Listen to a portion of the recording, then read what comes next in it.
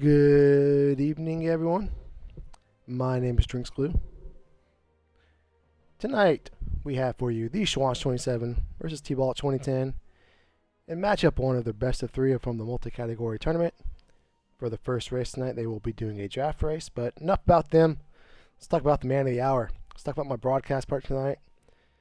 Ladies and gentlemen, let me introduce Sigil, but before I do so, just know that this fine young man donated over $500 himself this past Sunday when Worlds Collide took part of the Gamers Against Cancer Marathon this past Sunday. So Sigil, the legend, how are you doing that, my friend? I'm good. How you doing, Khalil? We're doing pretty good. We speaking of legends, we also have the winner of the second ever Moogle Cup tracking for us tonight, Gretham. Gretham behind the scenes pushing the buttons. We appreciate you, my friend. All right, and without further ado, Sigil, these two fine gentlemen, Schwantz, T-Balt, they had a draft going on. Do you want to go over some of the draft picks they selected? Yeah, let me pull it up. One of the draft picks is, I believe, Sword Tech gets unlocked if they complete Magic Tech Factory.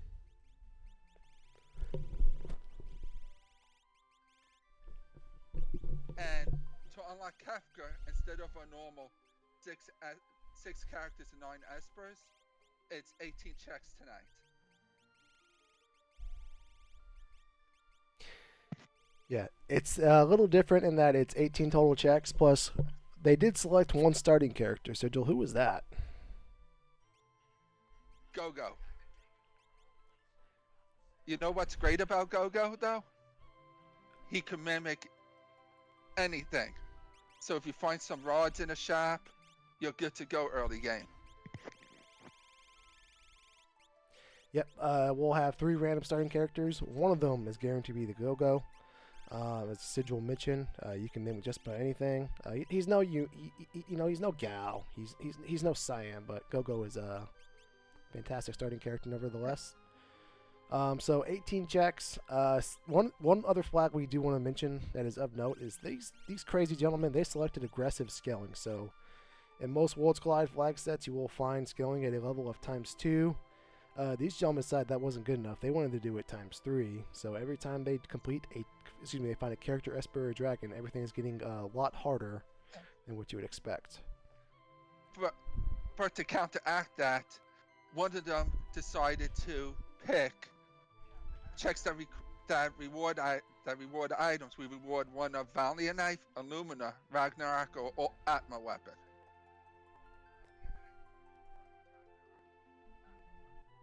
All right, we just dropped the gate. We will be giving them the kickoff. Gretham, if you can hear me, you can let you handle starting the timer on the tracker. So we know one character is going to be Go-Go. Who do you want to see in character slot number 2 and number 3, Sigil? I want to see a Yeti in slot 2. I want to see him in slot 3. But it looks like we're not blessed with Yamaron tonight. We got a Cyan. We got a Cyan and a Shadow with Sword Tech. Okay. Yeah, that was Sword Tech and Tools, and we got an Air Anchor floating around in there. That's an interesting start. Yes. They already have their instant death covered. Yes, indeed. And as Sigil mentioned earlier, was it cutting edge spoils they had selected? So everything from a Yes. reward standpoint. Normally in most flag sets you have the premium. Even in the premium, you're still going to get some cat hoods, some snow mufflers, a few other things, a Minerva.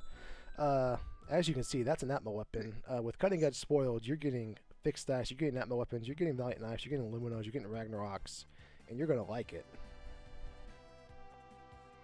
And I also believe all chests are 100% random. Yes, indeed. So we got swords out the wazoo. We got sharp things. We got 100% random chest. This is gonna be interesting because we got all that good stuff. But remember, we got that aggressive scaling, so everything's gonna be scaling up a little bit faster than usual. So at least we'll have some tools to handle with it. Right, and I believe we got repeat bosses tonight. How does repeat bosses work, Sigil? Let's say you face a Magimaster at the wealth check. You could face a Magimaster, let's say, at the end of Magitech Factory also. Yeah, if you never played Repeat Bosses before, it's the coolest thing when you run into the 3 Welks. It's the worst thing when you run into the 3 Doomgazes. Yes. Alright, so Schwantz has found some Warp Stones. That's nice to find, especially with Gogo in the starting party, because now you know. Gogo is one of those things where you probably rather want to do his check earlier rather than later. And then those Warp Stones just make you a little bit more comfortable at having the option to do so.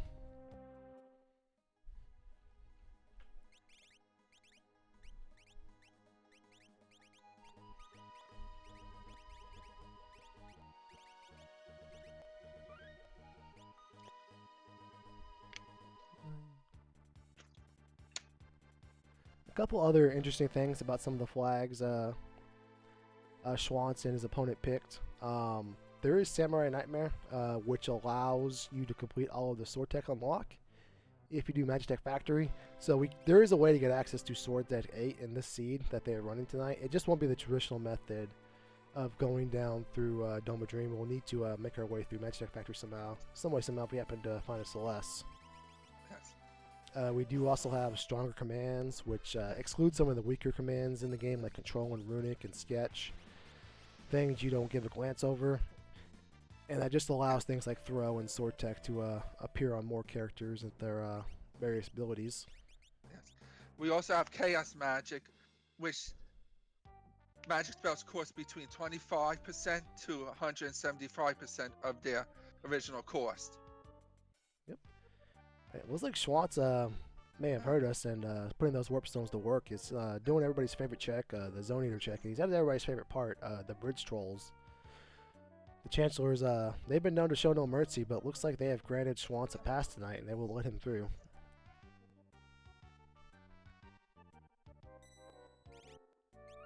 What do you hope is here, Glue? I hope the ceiling is a little aggressive tonight. But no, So do I. But no, Marble Shoes, that's Schwantz's favorite item in the game. Love to see it. But no, so I think hopefully we find, like, you know, some characters. The reason we hope we find some characters is because, remember, the unlock is based off the number of checks. And the more checks you find, that's a Super Bowl for T-Bolt. That's pretty cool when you have Gogo leading the party. But the more checks you find, or excuse me, the more characters you find, just gives you access to more checks. And the more checks you have access to, you can kind of, you know, hone in on some of the faster ones. So remember, that's, oh my goodness, that's also experience eggs in that shops. Yes. But the more checks you have access to, you can kind of hone in on the faster ones, and just by default, just reduce your time it's taking you throughout the seed. Eliminating some of the RNG because you're just completing checks. You're not dependent on what they are giving you or not. Yes. Which we just saw Tybalt sell the Atma weapon for that experience egg. Can't fault him there. Yeah. Alright, looks like Schwantz is heading on over to South Figaro as well, but he is in the wrong South Figaro. He's not in the one with all the experience eggs.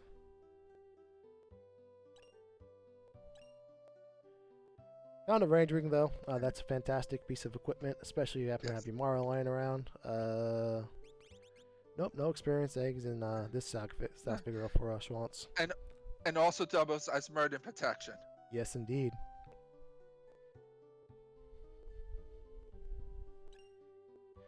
All right, so Sigil, let me ask you. Let me posit a question to you, my friend.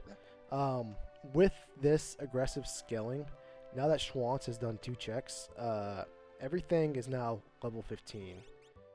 How do you think he goes about approaching his first fight from here on out with that increased difficulty? I feel like he's just going to take fights away to a free check. Mm-hmm. Let's say like Mount Zozo, and get strong enough to possibly fight the dragon at the same time. Ooh, that is a Valiant Knife for sale, but unfortunately only Gogo can wear it. Schwantz will pass for now. Maybe log away that piece of information for later. But it is kind of interesting that increased scaling. T-Bolt found that Super Ball in the first barrel in World of Balance South Figaro. And when the scaling gets really high like this, you wouldn't be out of line if you decide, you know what, I'm just going to use this Super Ball on like a regular fixed encounter. Because aggressive scaling also is going to boot. No, Glue, isn't scaling still based on characters, espers, and dragons? Let's scroll up and remember.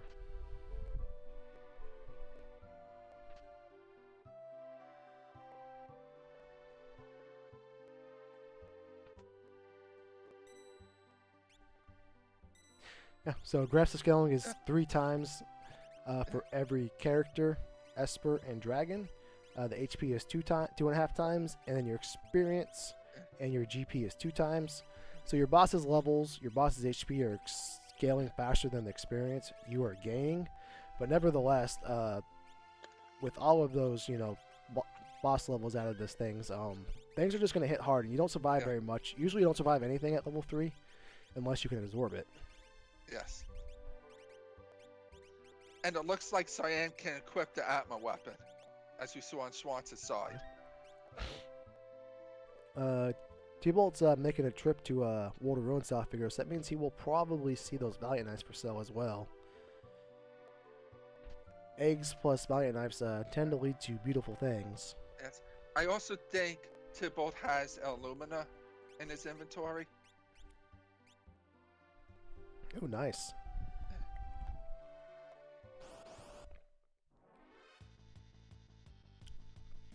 This is an interesting first fight because this is not ideal, but also at the same time, this fight is pretty safe. It just takes a while because I think this is the land fight where they come in pairs and multiply away, but it's pretty easy.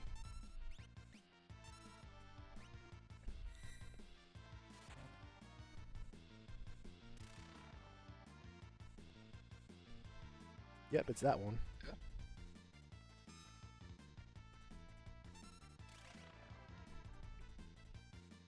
Alright, so fortunate for Schwanz to get this easy fight. It's not ideal, but he will at least get off level 3, certainly, and then he can go from there what he wants to do next. And as Gretton pointed out, T-Bolt got the Illumina from Enosh.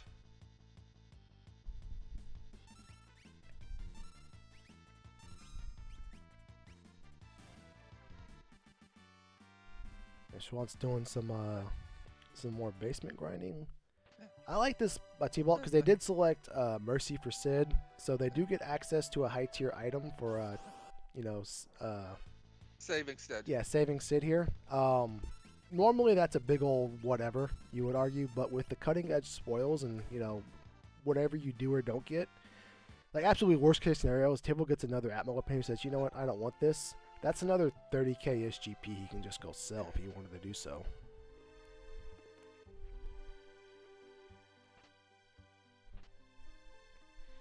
And so he needs a few fast fish like the one he just got there.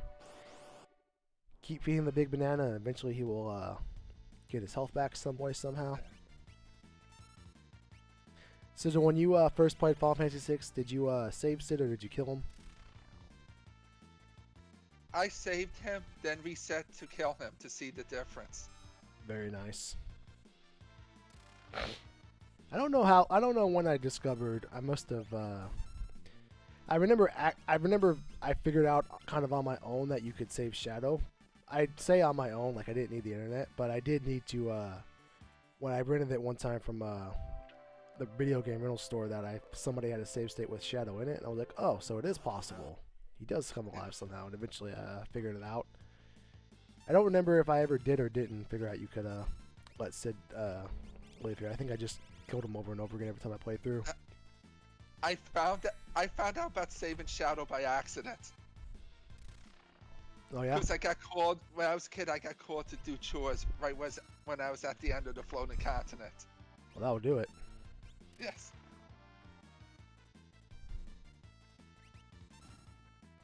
Alright, Schwartz is having some more flan. Hopefully he's watching his blood sugar tonight.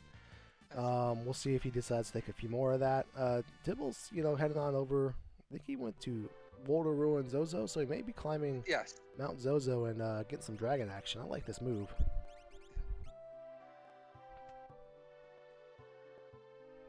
And that Super Ball he found might be the only one in the game, since there's no Tibble picked the no toys flag, which is breakable rods, Super Balls, and elemental shields are removed from shops.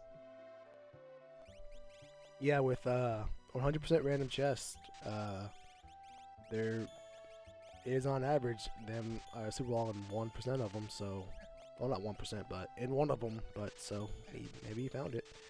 And it's not unlikely Schwantz doesn't find it as well because I think it was in the first barrel roll to balance off Figaro. So even if Schwantz goes there late in the game, he may stumble across it some way somehow.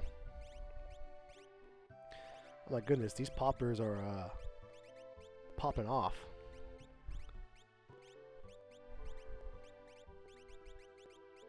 Alright, Go-Go doesn't survive the fight for Tybalt, but that's okay. Some other characters live to tell the tale, and that is just fine. Yes.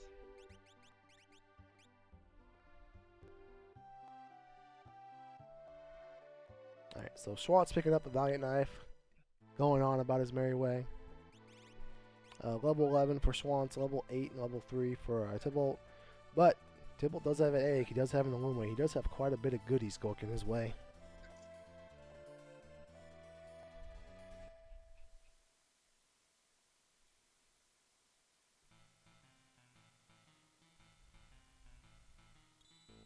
Alright, we got dual Mountain Zozo climbs.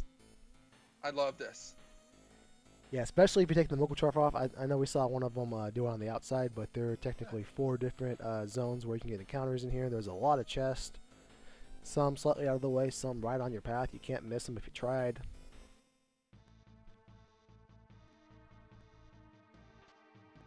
Yeah, they're almost neck and neck, but we got Cyan versus Go-Go leading the party on the way down. Some efficient routing through the stairs is giving Schwantz a little bit of a heads up in this race to the top of Mount Zozo.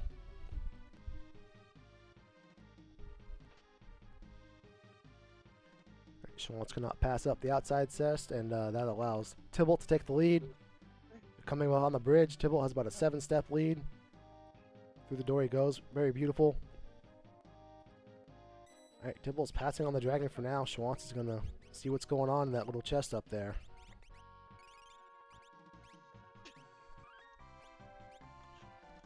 I hope it's not the gold dragon or the storm. Yeah, Storm Dragon and the Gold Dragon will be a nightmare because they have some AoE attacks. And again, with these amazing levels the enemies are getting, anything at an AoE for a while is going to, do quite a bit of damage. And fantastic Jinx job there by Sigil. We got the Storm Dragon.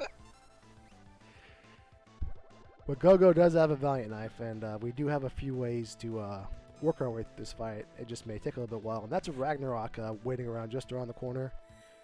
For Schwantz when he finishes up with this Storm Dragon situation. Looks like nobody can wear the Ragnarok yet though.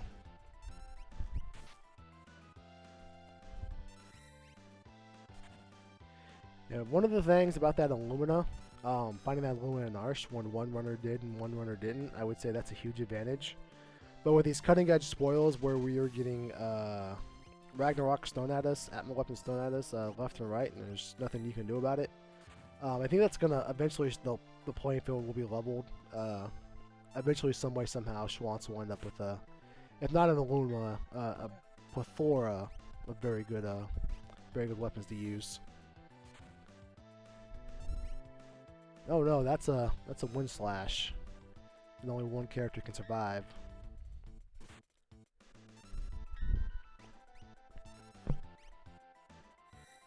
T-Ball putting that Super Ball to work. Yep. And the Super Bowl was cooperating. Yep, now he just needs a few procs. Alright, Schwantz is through his Storm Dragon fight.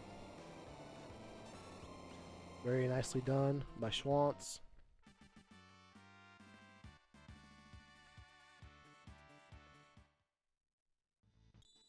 And that's another Valiant Knife for Schwantz for his effort.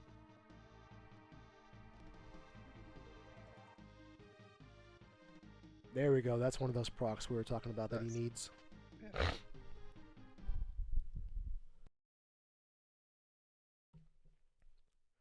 So unfortunately for Tybalt, Shadow and Go-Go fell asleep and they didn't set their alarm clock. So they're going to miss out on all this experience, but as long as one of the characters, your Illumina character is probably the one you want to get that experience if you had to pick one. As long as the rest of them are able to stay alive through a few fights, they'll make it up some way, somehow later on throughout the seed. And Cyan will just have to carry him a little bit.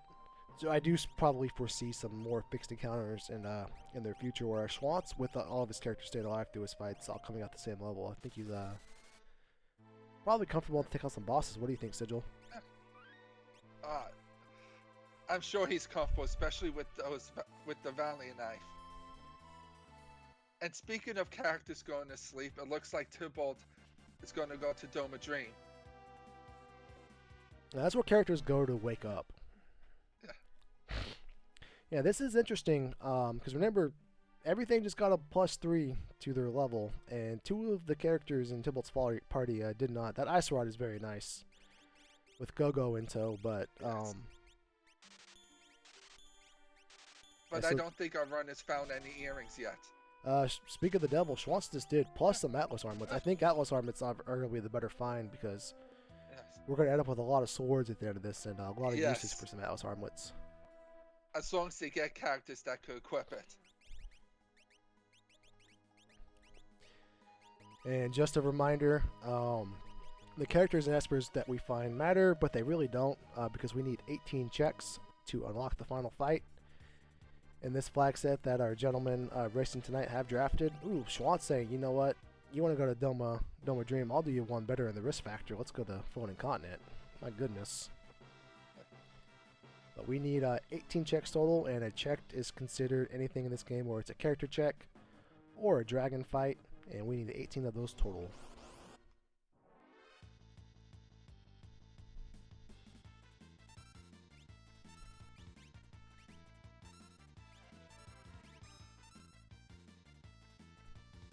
Alright, that's number 128 at the Stooges spot in Doma Dream. That's kind of fortunate, but at the same time, with that Ice Rod, we can't really capitalize on because number 128 absorbs ice.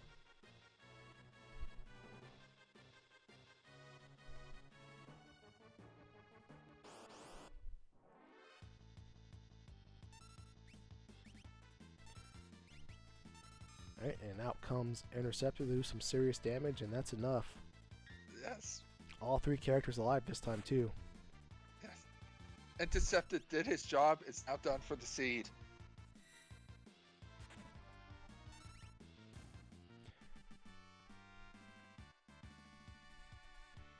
That's Palador for our trouble. Ooh, that's Ice 3 on Palador. Yes. Would you equip Glue if this was you? Would you put it on Cyan first just to get the auto crit? Most definitely. Like when unless it's a spell you need immediately for your caster. Now that Tybalt has an Esper under his belt, he definitely needs to go on Cyan just so you can start utilizing the Illumina procs and the crits because essentially going to double your Illumina damage. And that is Gao, Mr. Thou, running around the top of the train there. Oh no.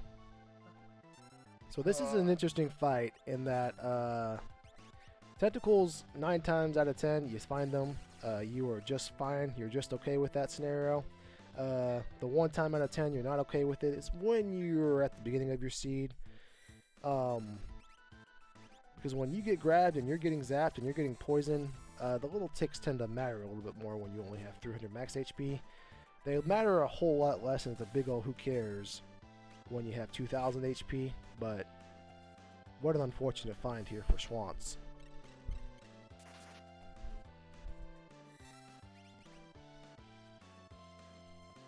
It's like he's doing some retort action with his Cyan. Yeah. Oh no, out comes the Entwine. Fortunately, it misses on Cyan. But this is huge. He needs one of these tendrils go down, and that's great, because now they can't grab all 3 characters.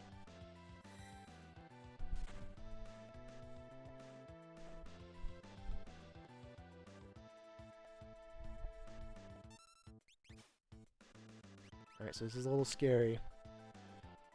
If the last one happens to grab Cyan, but I don't think it can, because I think Cyan has the marble shoes, right? I think so. Yeah, it looks like Cyan has marble shoes, so he can't be slowed. That's incredibly fortunate. Makes you wonder if Schwantz will change his stance on the marble shoes after this this scenario.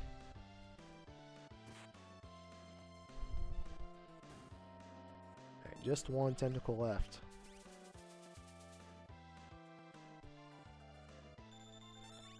Alright, so this is a interesting fight on the other side of our screen. This Guardian is going to be very strong with aggressive scaling, plus its very punishing moveset. But Cyan with that Minerva is going to be safe for a while. However, Guardian will start throwing things at us, literally, not figuratively, if we let him stay alive long enough. His script kind of goes, this is a little bit scary, this is not scary at all, and then you are about to die if you don't kill me. And as long as Tibble can get through the first part of this, I think he'll be able to output some damage to get through the rest of it, but it's going to be a little bit harder with all these characters down.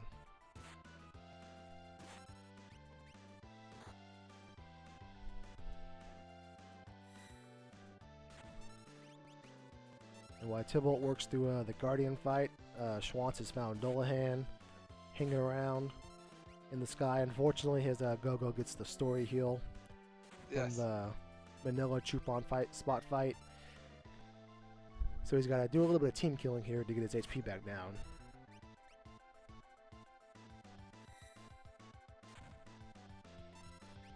Clutch block by Go-Go on the right side of the screen. Unfortunately, he couldn't do it twice.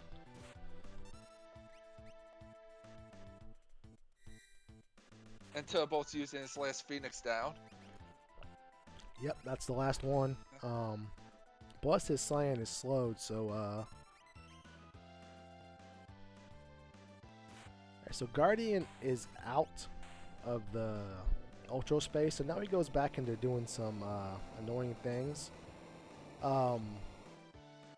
Cyan is pretty safe here because of his Minerva. However, Go-Go is going to sit there at low HP, and there's not a lot we can do about it. And oh no.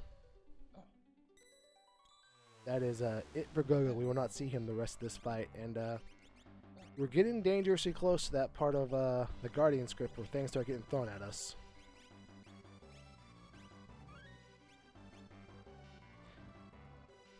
Sigil, have you ever had a mithril knife thrown at you? Yes. But not by Guardian. Oh, that's a desperation attack. Does it do it? Oh my goodness, it's not enough, but it's got to be pushing it close.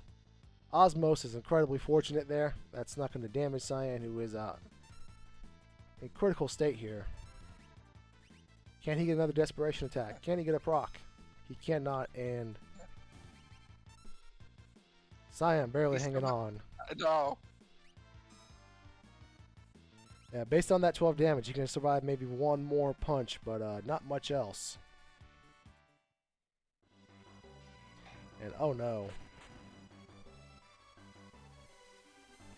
Valiant effort. But unfortunately, Guardian was not messing around today.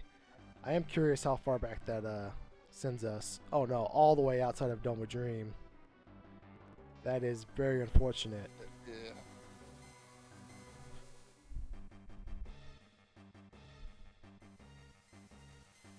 So Tybalt just had an unfortunate situation here. Sigil, what would you do in this scenario when you had a little bit of momentum going and it got stunted? It got hit a little brick in the wall.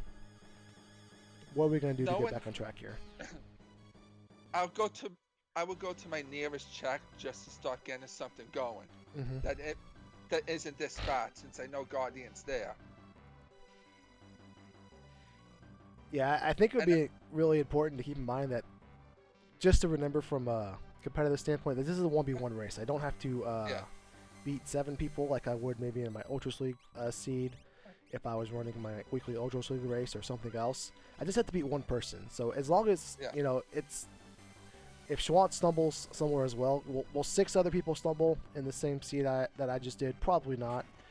But if one person or other does, then I'm right back into it. Or if I just, get 3 or 4 minutes through faster checks or whatever, that's not insurmountable. Right, but I would just go to another check real quick just to get some momentum going again. Yeah, just like this is a good call. Let's go on over to Doma Siege and take care of this Air Force and get something going again. And we know we can get through Doma Dream because we know number 128 in Guardian is very conquerable. Very much something that can be done. We just gotta get ourselves back to a point to where we can comfortably do it. Alright, Schwantz rolling along through the floating continent. That is Bahamut at the Atma weapon spot. Do you think floating continent's gonna be triple Esper now? Well, we know where Gao is, so we still have a few checks. Well, actually, we have 3 checks now to know where a character could also be. The end of floating continent, Cave on the Belt, and Kefka at Narsh. So I'm gonna say maybe. I will confidently say maybe, Sigil. I can confidently 1000% guarantee you there may be a character at the end of this.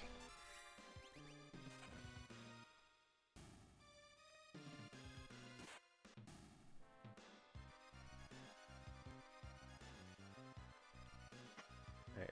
Missile's fortunate because it's only fractional damage and Gogo was already low HP anyways.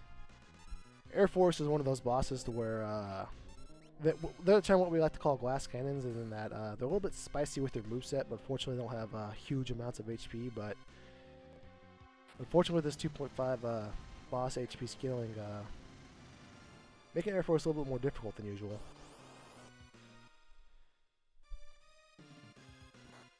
Alright, this is Rexol at the end of Floating Continent for Schwantz with a single target Valiant Knife. He will be just fine to get through this. Down goes Air Force on the other side of our screen. It looks like Schwantz is deciding it's Atma weapon time.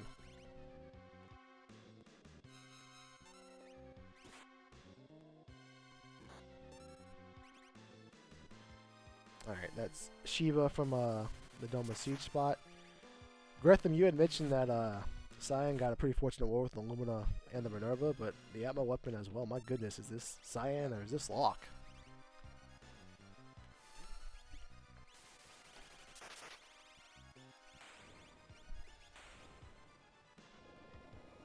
Schwantz is through Rexol and Tipboats and Zen.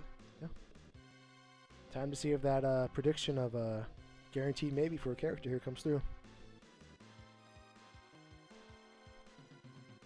No, it's triple Esper.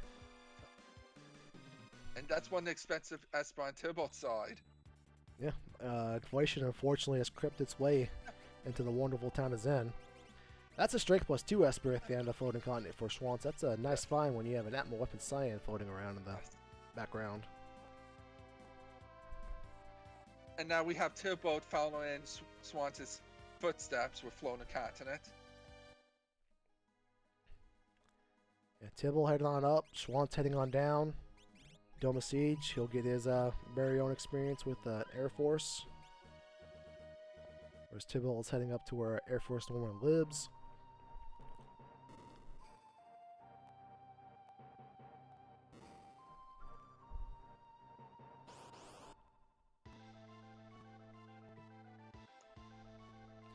Alright, while we got the runners doing a little back and forth, a little covering each other's tracks here, Sigil, there's a number of other things in our community going on. We got the multi-category tournament with Schwantz and Tybalt and 14 other members of our community are participating in. We got the Moogle Cup. So there's a lot going on. What are you looking forward to over the next few weeks the most? For the immediate future, I'm looking forward to see how our Moogles do. Mm-hmm. And also, like the late middle of next month, we're having a special event.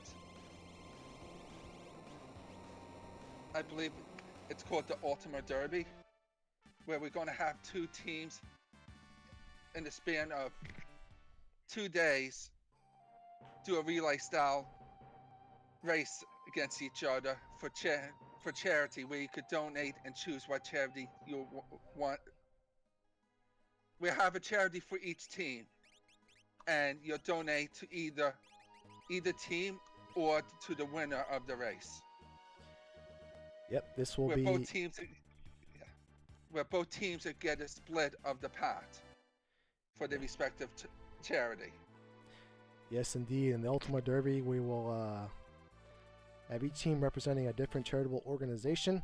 This is our first time in Worlds Collide dipping into this type of fundraising event. It's pretty cool. A lot of behind the scenes work happened to a lot of idea stealing too from other communities as well. Yes. Personally, I'm hoping this is the beginning of something larger in the future.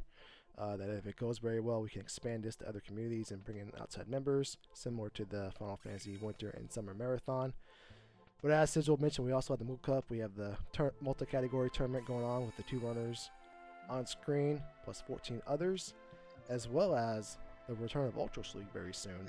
Soonish. Guaranteed to be very soonish. Yes.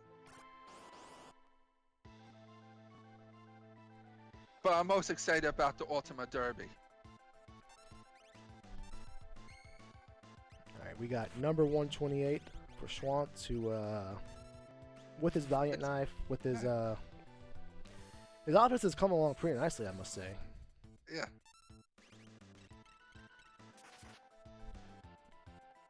Alright, so this is a tentacle fight for Tybalt, and Tybalt's going to run in the same scenario Schwantz kind of did. But unfortunately, I don't think he has the marble shoes equipped, so all 4 of his characters could possibly be grabbed at any point in time during this fight. And it's just unfortunate when you fight tentacles early. You find them later, they're no problem whatsoever. You find them early, they're quite the foe to be reckoned with. I never like finding them early. Yeah, even if you find them early and you have Super Balls, it's so awkward because there's 4 of them, and the Super Balls you just need to go in the right spot and, you know, some fortunate order, some way, somehow. Just an awful thing to find when you don't have some levels underneath you.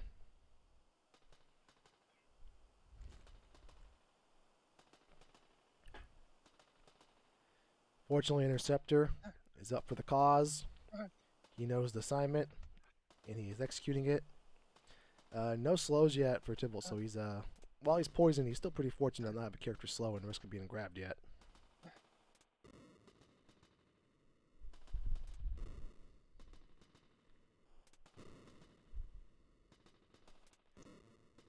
And Schwantz, very beautifully, very gracefully, executing the puzzle in the Doma Dream Train.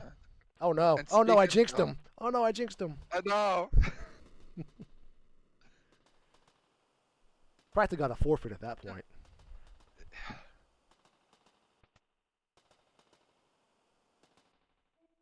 Alright, Tybalt digging deep into the back of tricks. He's busting out the Shiva. That's going to heal the back left one. But as long as you can get rid of the 2 small ones, you got to feel pretty good because they can't grab all 3 of your characters. Only 2 of them are alive. And oh no! Oh, so this shadow is poisoned.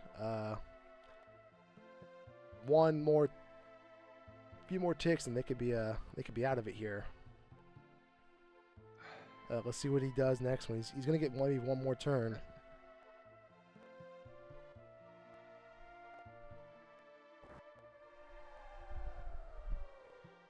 Did he? I think he queued.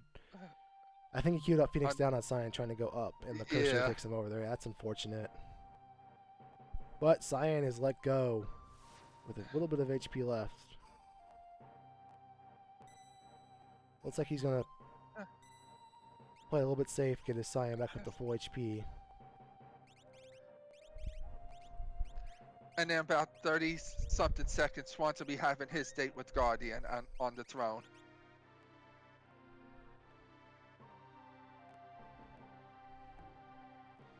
Alright, so they will not grab Tybalt's last remaining character until he is slowed. So he does have a little bit of a grace period here to try to fire away some attacks. But oh no, Entwine is slow. There's the seize. That's a reset. Unfortunate there for Tybalt to run into that sticky situation.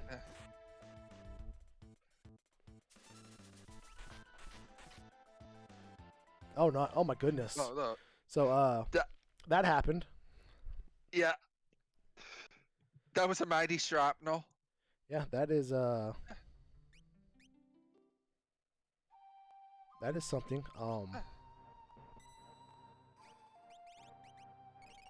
Who was it that picked aggressive skilling? Was it Schwantz? Did he do this to himself?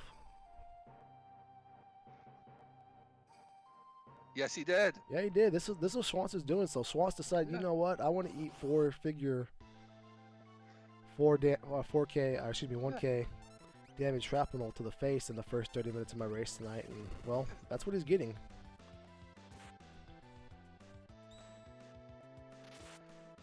All right, monster in a box here for Tybalt. Unfortunately, it's just Lobo. Attempt number 2. Guardian's 2-0 tonight. Mike, somebody's got to take him down eventually. Put this guy in his place.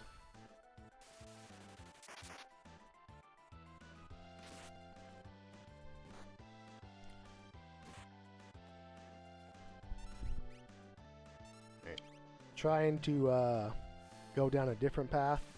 Looks like we're going to head on down to Cave on the Belt on the right side of our screen after fortunate roadblocks we encountered in some of the longer checks. Oh, Gratham, I will allow you to do the introductions of introducing this character. Yeah, they just found their airship pilot. Yes, indeed. A lot of people assume Yamaru is a fantastic airship pilot, but little do they know that Yamaru is actually the best character in the game. And this is Inferno hanging down here in the Cave on the Belt, guarding that Yeti. And this is an interesting fight because this is another one of those glass cannons where we have the offense to get through it, but if he gets a little bit rowdy, if Inferno elects to do so, he can take a bite out of you.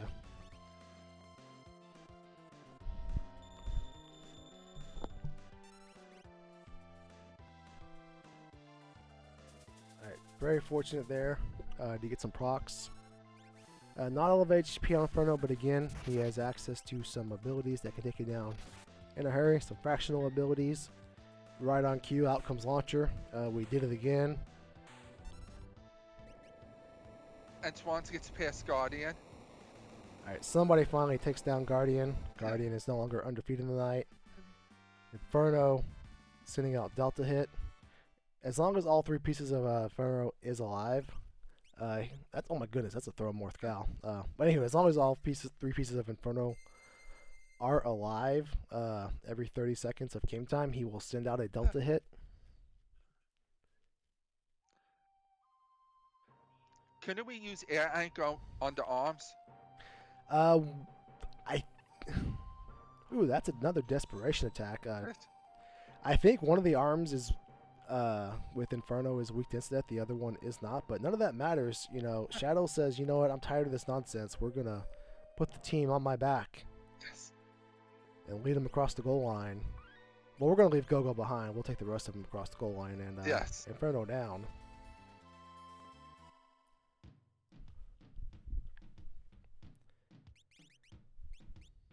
Alright, that's character number 4 for both runners. Albeit 2 very different characters from various different spots. Schwantz with his new character. Looks like he's heading on over to the belt with his 3 party members. And this is one of those unfortunate things where because Schwantz has done a number of fixed encounters, they're all getting sent here. So his belt is what you would call a little muddied up. So he may be here a little bit longer than if this was something that you had found at the start of the seed. But he's deciding, you know what, I might as well do it now. You know who could equip that Ragnarok? Tell me. The best character in the game. You better, you know it, my friend. Alright, so with the newly found Yamaru, looks like Tybalt's going to go chase Yamaru's check. And while on the way up there, he'll get access to the Ice Dragon, to the Tritox spot, plus Yamaru's cave, and oh, this could get you back on track fast.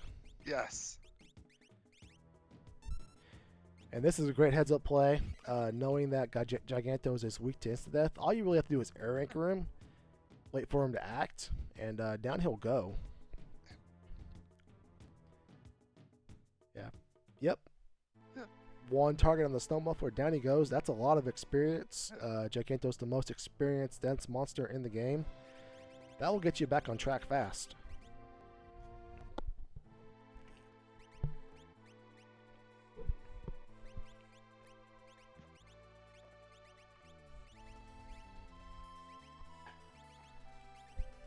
Alright, Schwantz gets an Esper for his trouble. There is one more Gao check. Ice 3 and Merton on the same Esper. Whatever, Esper. There is one more Gao check if he wants to go that route. He can flip worlds, hide on down into the Serpent Trench, or he can go to his plethora of other checks he still has available to him. Oh no. No. Yeah, so here's a question for you, Sigil. Do you think when Schwantz finds this Yamaro hanging around down here, do you think he'll put him in the active party? No. That was a I don't confident. think so. That was a confident no out of you, Sigil. But I'm gonna hold out hope that Yamaro will find a spot in at least one runner's party. Eh. Speaking of Yamaro, that's Yamaro at the Tritox spot. Yes. We Yamaro always the love boss. some. Yes, we always love some Yeti on Yeti action.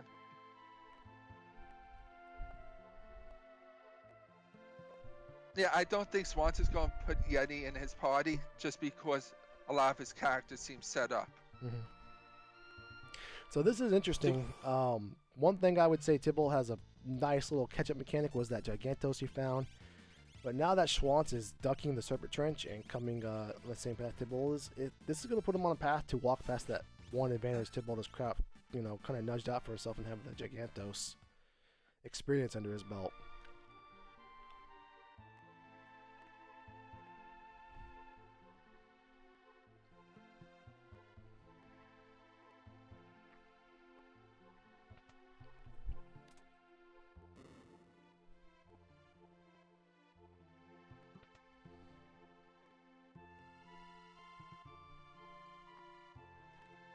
Did we see what skills Gal had?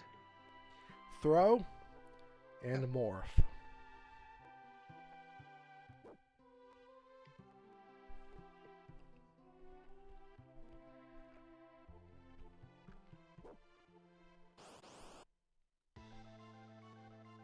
Right.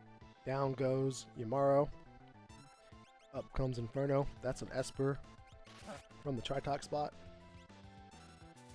Ooh, that's Fenrir. That's a nice one to find. Yes. Now he doesn't have to worry about calmness protection. Ooh, or instant death, because that Esper had Fenrir has Doom on it. Yes. And so the game is sending Schwantz a sign here. The world's collide gods from above are putting Gao on the ground, sending Schwantz a sign that Yeti should be in his party. yeah, there's room to put another character in your party, and it's telling him which one to take out. So we'll see if Schwantz gets the sign here or not. This is Ice Dragon at the Ice Dragon spot. Again, with the cutting edge spoils, this is going to be another high tier weapon for Tybalt. So he has the offense. He's got some levels now from the Gigantos. We know where another character is. We have access to some fast checks. He's not very much not out of this, despite the unfortunate wipes that he has taken. It's kind of just like the spots where they happen. They happen at a spot where you lose all the progress up to that spot.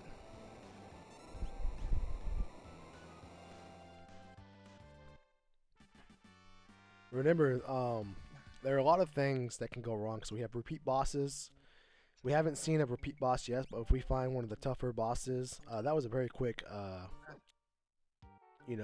getting out of that character selection menu screen there from Schwantz. But anywho, if we come across some of the, really difficult bosses number signs on Schwantz's side, as opposed to the other, that's another catch-up mechanic where we can make it some time somewhere somehow. So a lot of avenues where we can close this gap between the two check counts.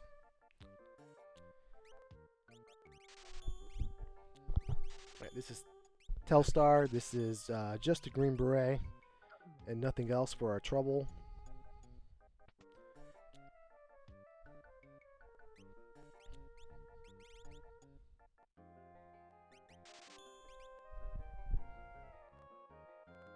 Right, Schwantz is done shopping.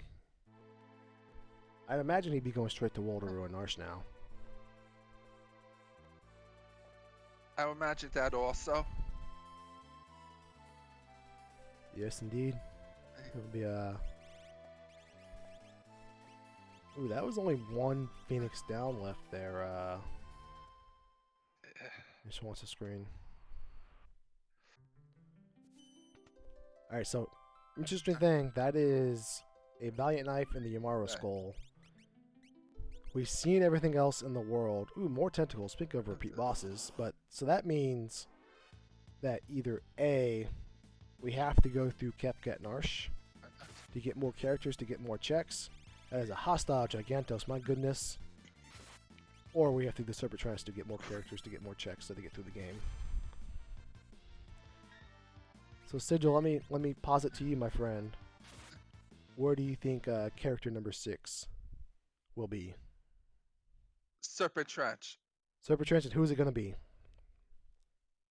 Old Man Strago. You know, with Fanatics Tower, with check-based unlock, I don't think Fanatics Tower would be that bad of a move. It's 3 checks no. in 5 minutes. Yep.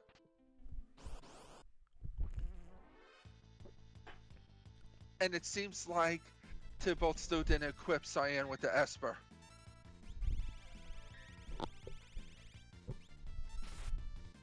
Looks like... Why is Cyan facing the wrong way? Did he get thrown by the Rage Ring Yamaru and didn't want to turn around? Was he that impressed? I think so. I think so. That happens to the best of us. But, yeah, Yamaru carrying for Tybalt there. Freeing Shadow. Single-handedly Yes. taking care of the tentacles that thwarted him earlier. Yes. And Gao did not get any of that sweet Gigantos experience.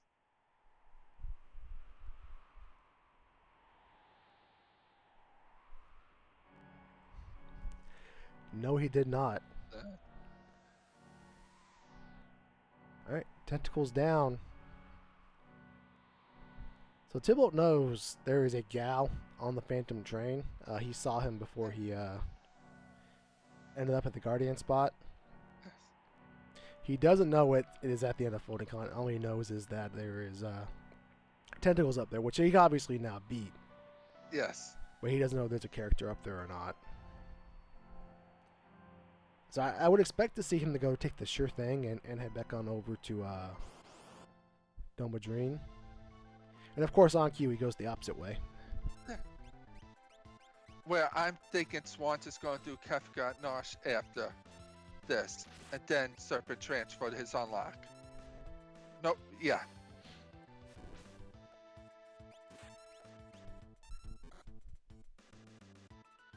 Alright, so Swans, when he walks out of here, will be at 16 checks. Yes. He could technically do the Opera Dragon. He could technically do a few checks in Kefka's Tower, the dragons and whatnot. Yeah. And then he can also technically do the Fanatics Tower Dragon to get to 18 checks if he wanted to do so.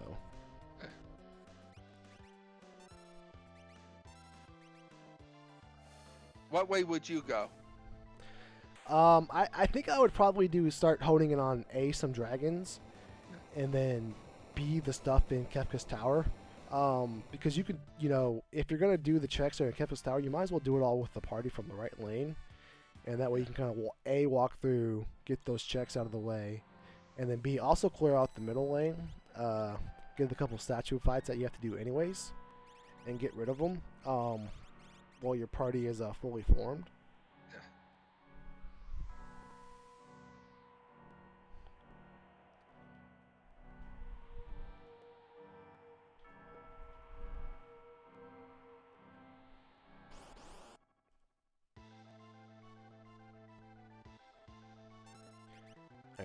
Yamaru for Schwantz here.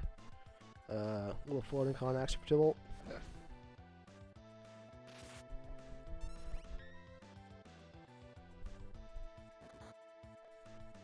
This Gao is still taking a dirt nap. Yeah. I guess it's so he can... Maybe Gao's the only one without merit protection. He's saying, you know what, I just don't need him. Might be because he only has one Phoenix down. That is true. It's not permadeath, is it?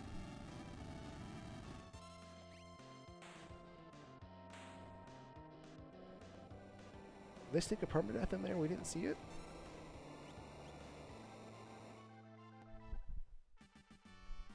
No, there's no permadeath. No, there is not.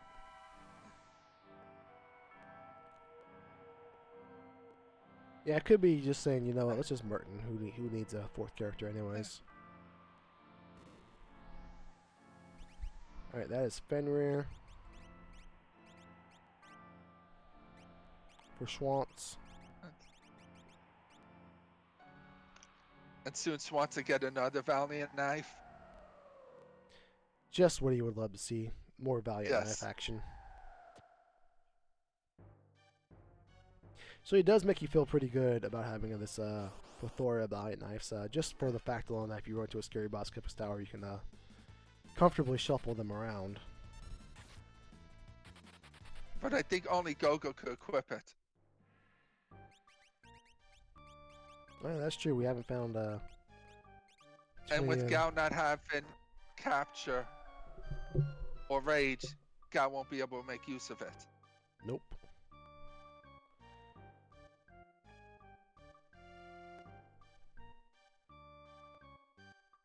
Alright, tentacle fight number 3. This one should go a lot better by virtue of our improved levels in HP. Oh no, he's saying no. That's interesting. I wonder if he forgot its check-based unlock and assuming he just needs one more character.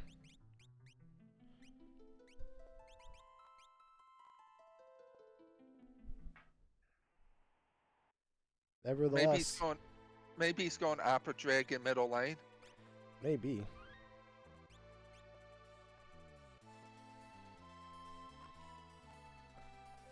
When he asks what's there, we'll be sure to tell him Magimaster. Yes.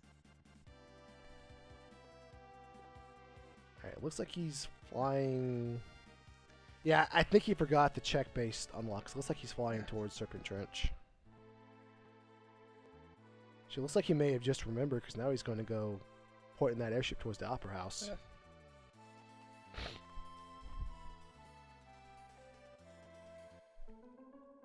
Alright, we'll be sure to ask him about that Yes.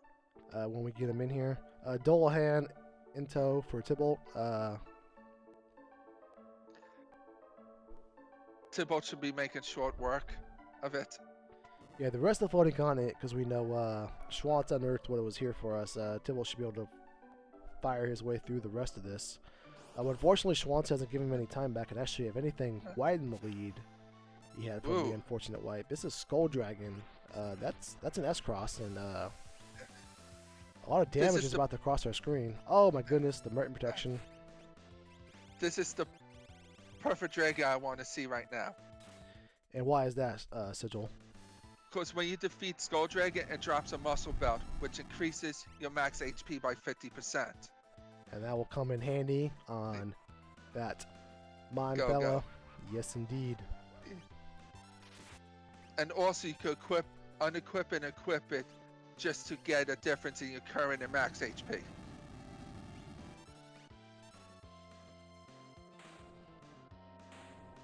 Alright, down goes the Skull Dragon.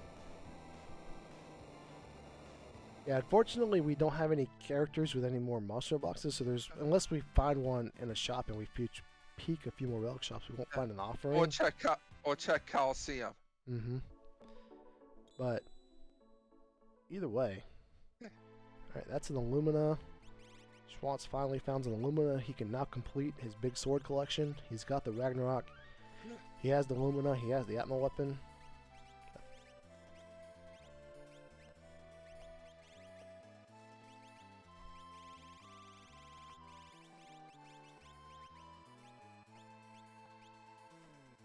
Alright. Yeah, I think he's going to go into the tower now. I think he's going to say, you know what? Yep, he's very much aware of the checks and what he needs, so he's going to do a few more checks here. Is he going to split the party or just straight yellow it? Like he's just going to straight yellow it. Alright, so we'll have a couple dragons, the toilet at my spot. To get the last 2 checks he needs, plus Schwantz will have to defeat 3 statues, the Guardian and the Inferno spot. And then remember, these can be any bosses. They can be a repeat of the Guardian fight, which already took down each of our runners one time with the full party. So I'd imagine in a 1v1 scenario, that Guardian would be no bueno for Schwantz here. There's a lot of scary things that this can or can't be.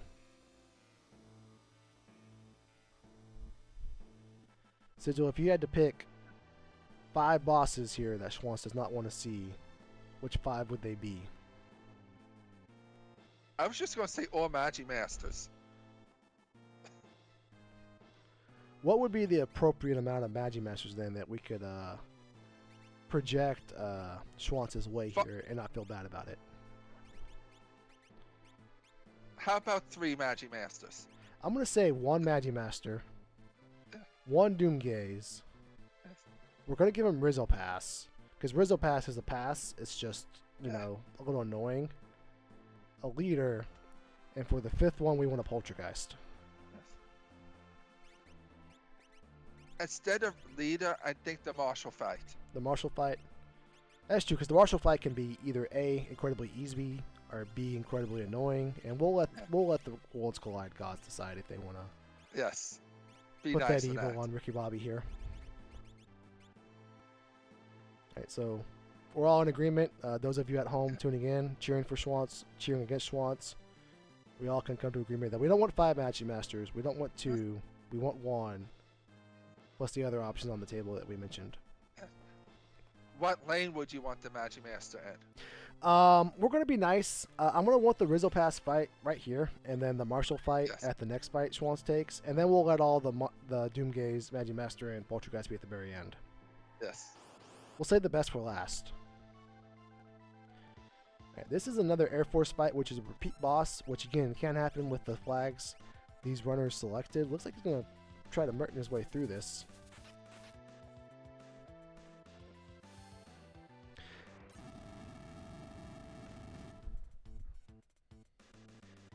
Fortunately, Yamara, looks like Yamara has a snow muffler or a rage ring equipped, excuse me, because he just did the character toss. So he's getting killed by these Mertens, so he'll stay alive and A, be a meat shield, and B, also throw shadow around and maybe some attacks as well at this Air Force. Yes.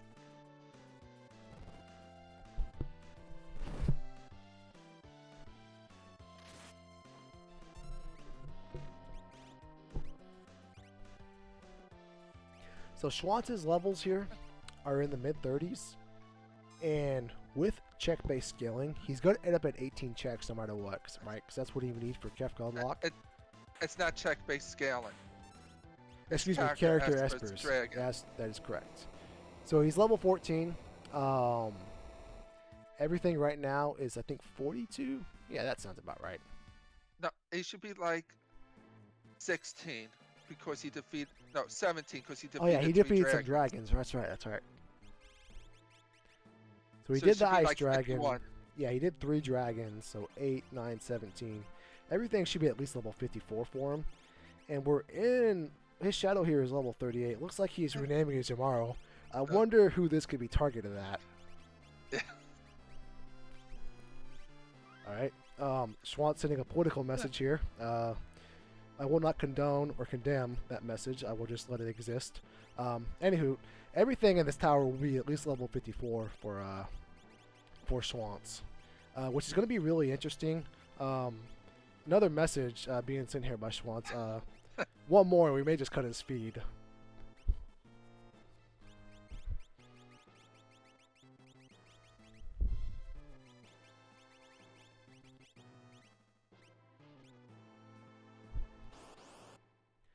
Alright.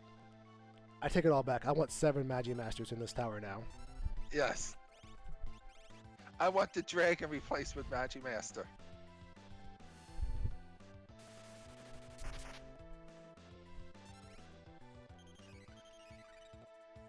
Alright. Number 128 at the Stooges spot. There's a Guardian at the end of this Doma Dream for Tybalt. He's at 11 checks. He still needs 7 more, but he's going to get 3 of them really fast here. Plus, he'll have access to Gal's belt check, which is a pretty fast one. Plus, he has access to some of the fast ones that Schwantz's did. Yes. has done, such as the Opera Dragon and the ones in Kefka's Tower. So still some opportunity for Tybalt to close the gap and catch up the Schwantz.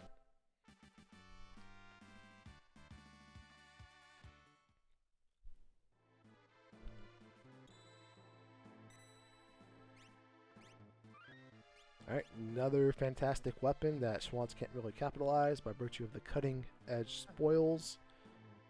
Onward we go. Looks like we're going to take... This is going to take the dragon here with his shadow.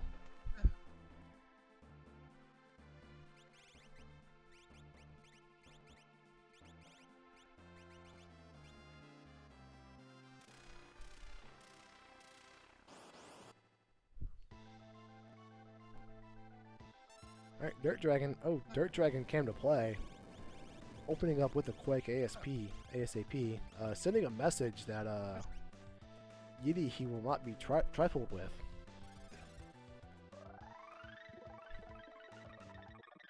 Alright, Life 2 coming on out. Landslide isn't much better either because that's basically just Flare except a little bit faster. Another Life 2 here from Schwantz. So while Tybalt navigates through the rest of Doma Dream and the Phantom Train within the Dream, making it up a little bit of ground here, while Dirt Dragon gives Schwantz the business.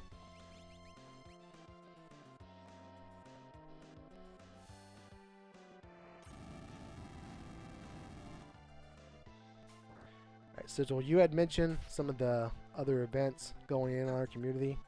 You and Gretham are also a mentor in the Moogle Cup. And you were also a previous player. You had signed up for the Moogle Cup too, and you had progressed through that with your mentor, Physics Shebang. Yes. Who is your Moogle, and what have you been teaching them as their mentor in the Moogle Cup? Okay. My Moogle is actual JP. I've been teaching them about routing and like what moves to do, what's supposed to do at certain times, and how to be like more efficient in the menu and in combat. And don't underestimate Quick. Not at all. That's fantastic use of the quick spell there. Dirt Dragon wasn't cooperating, but you know what? If you just act twice, that solves a lot of your problems. And also that's okay to use Bahamut as an early offense if you have nothing else. Especially when multi-summoning is on.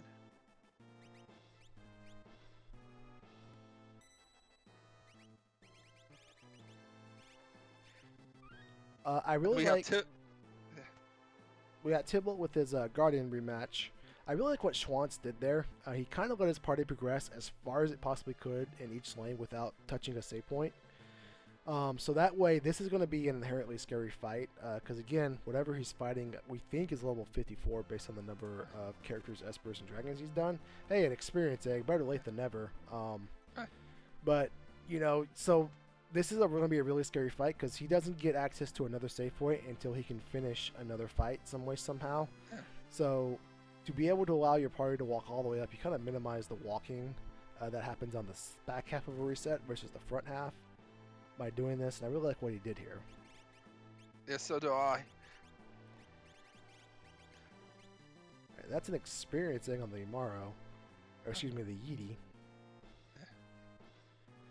And back over in Doma Dream, Guardian goes down. We're finally through Guardian 2, Runners 2. We have even the series.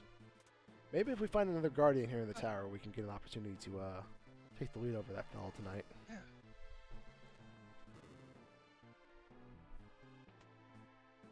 Ooh, that's a throw, Morph Gal, coming in for Go-Go.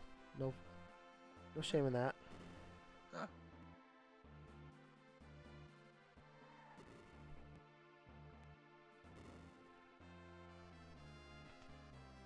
Alright, so this is a lot of that walking that we had mentioned that Schwantz has to go through to get next to his next fight.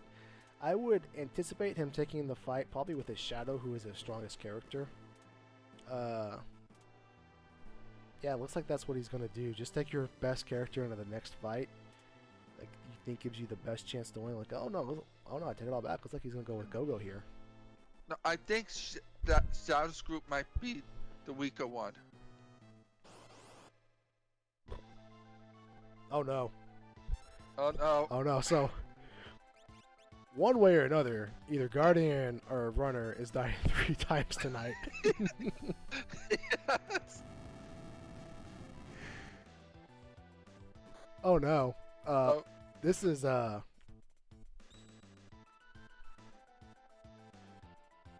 This is something.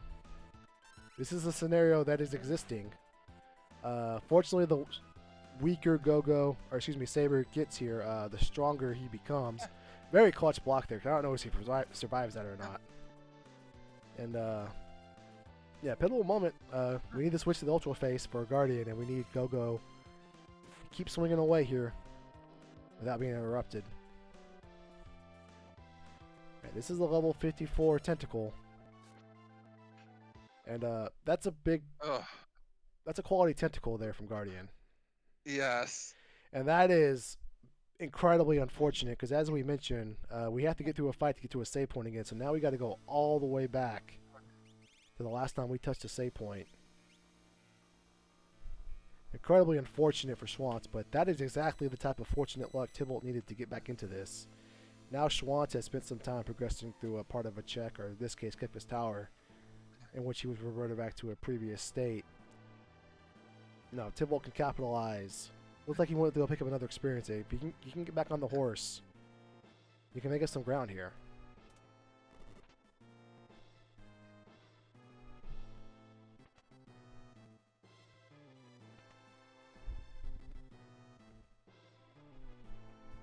Yeah, I think I if you're feel like Swans is going to check the other lanes first at this point.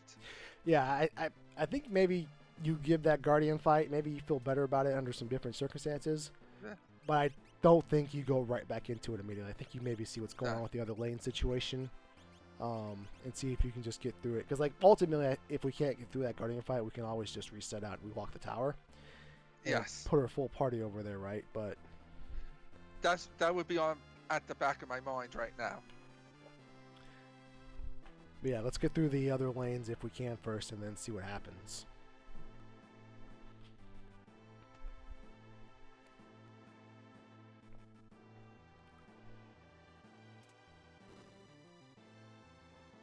Well, we got Tybalt doing the belt check, getting some pretty fortunate luck, getting it to come up pretty fast.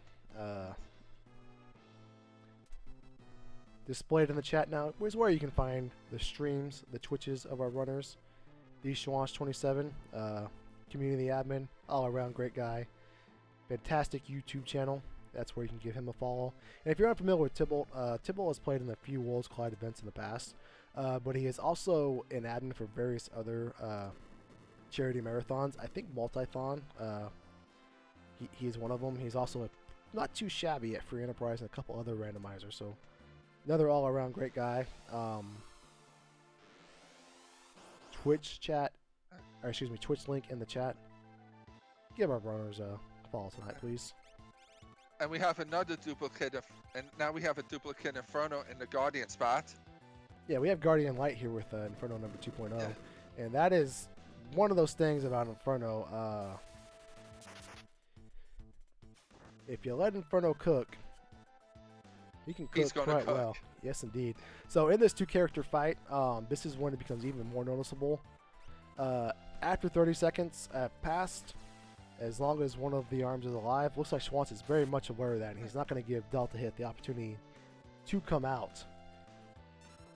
So he's going to do his best to get one of the arm. Unfortunately, the arm said, you know what, I'm going to do my best to get rid of one of you. And that is 0 for 2 in the tower for Schwantz.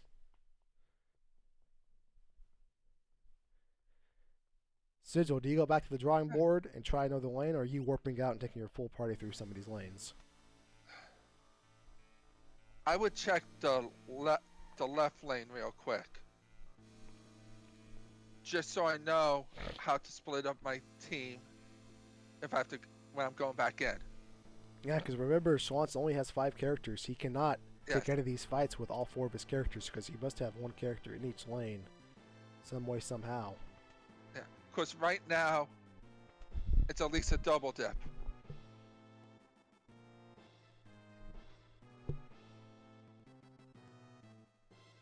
Yeah, And we still don't know what's the last boss in the middle lane.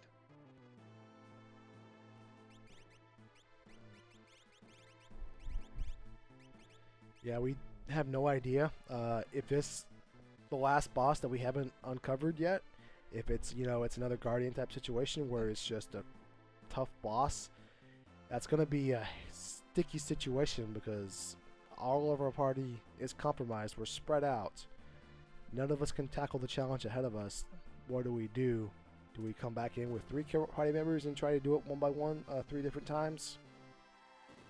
So hopefully for Schwantz's sake, we're able to get through this one. Or if not, he has a tough decision in front of him.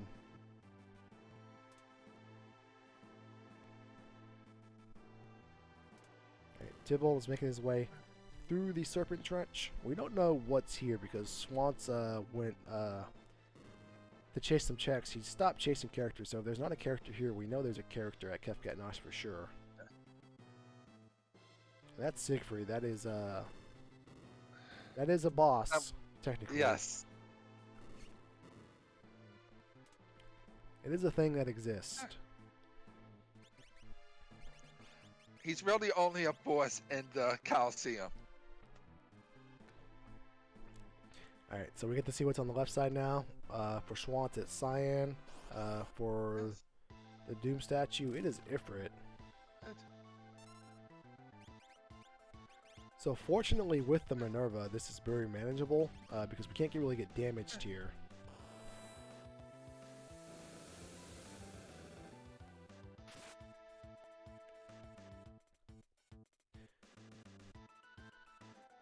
Do you think we'll see a Ifrit runaway fight here, or do you think Schwantz is going to go for the entire kill? I think he's going to go for the kill. Just for the experience. Alright, that is Terra at the end of Serpent Trench for Tybalt. Terra's an interesting find because Terra by default can wear all of the big swords in the game, the Luminos, the Ragnaroks, the Atma weapons. But this one had Rage, and if you're unfamiliar with how the Rage and Atma weapon works, is that, well, in Worlds Collide you cannot equip an Atma weapon or Rage user because if you trigger Rage with Atma weapon equipped, well, you break the game. So we kind of, to prevent that, don't allow you to wear the Atma weapon. But if you are curious what happens, slap Rage on Go-Go, give him an Atma weapon, go into battle, trigger the Rage, and enjoy the show.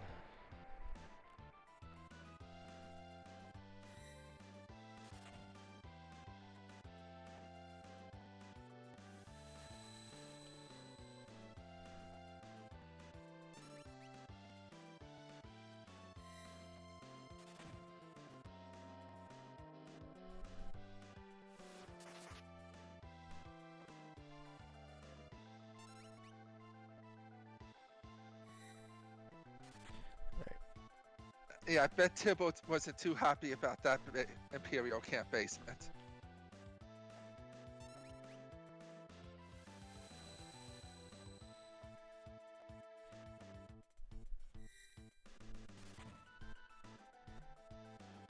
Right, Schwantz still soldiering on through. As Sigil predicted, he is not running away. He is going to stick this out and attempt to get the experience for his sign somehow, and that he does. So this is interesting. We have access to a save point, so we have some pretty timely attempts now at the checks that we couldn't get through earlier. Do you think Schwantz is just going to give it a few tries, or is he going to warp out and try it with a full party? I could see him giving the right lane one more try. The Guardian spot? Yes. No. I think it would be the Goddess spot. Mm-hmm. So that's interesting because if you eat a 3,000 damage tentacle, I know when it gets spread out, it will do less damage, but you also got to kind of think, if I can't survive a single tentacle, what are my odds of surviving the other abilities that he's going to consistently throw at me? One of which being shrapnel. Looks like he's going to go for it.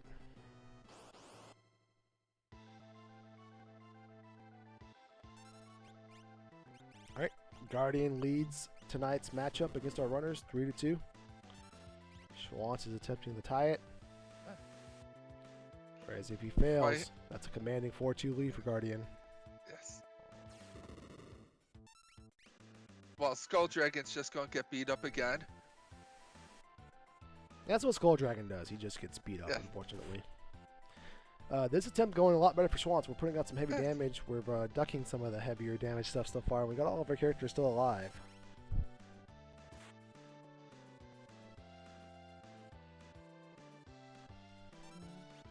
So, if this Guardian is worth of scaling what we think it is, I think this Guardian has just a hair over 40k HP. So that essentially means we need 8 cycles. So I think we're doing about 8,000 damage total. Actually more, my goodness. Yeah. Yeah, we didn't need that many, not at all. Throw that out the window. I think we needed a handful of cycles with Yeah, we doing just the need more about damage we needed. a little over 5 cycles. Alright, Schwantz is through. Guardian 3, Runners 3.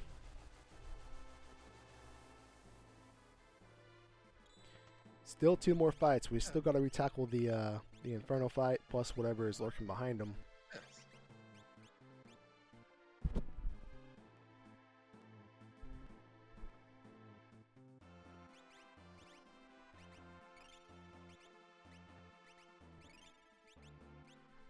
Tybalt is in the tower with his 18 checks. He is on the heels of Schwantz. Closed the gap quite a bit. The door is open. Can he get through it? We will see. Alright, Guardian spot, which we know is Inferno. One more time.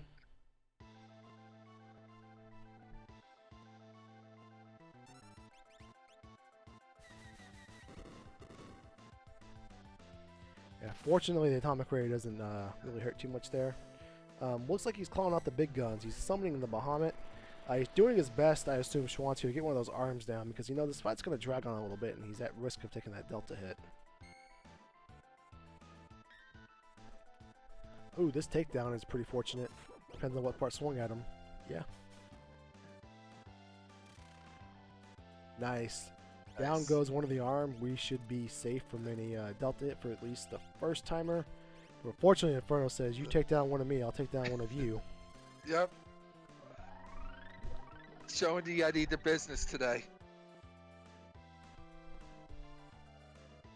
That's all good. We have access to Life 2, and was that a hyperdrive? That was a hyperdrive, Yep. so it looks like Schwann's not putting a lot of faith in the Yamaro there. Very curious decision.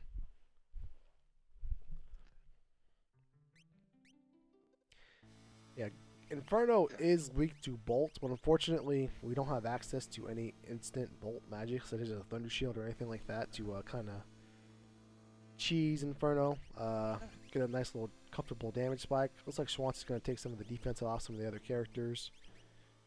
Try to put himself in a better position to be able to absorb some of the things thrown at him.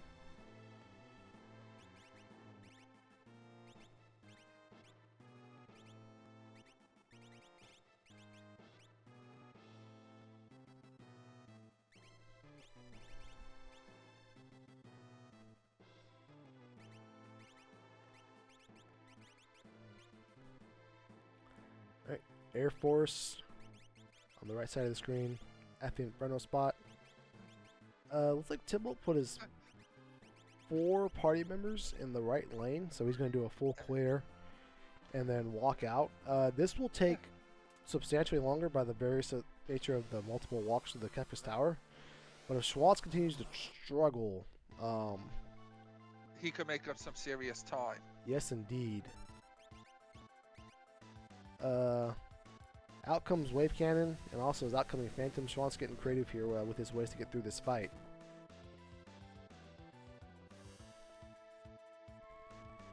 Yeah, this will allow like the Rapier, like some of the attacks like that not to hit, but unfortunately Shrapnel will hit and remove the Vanish status.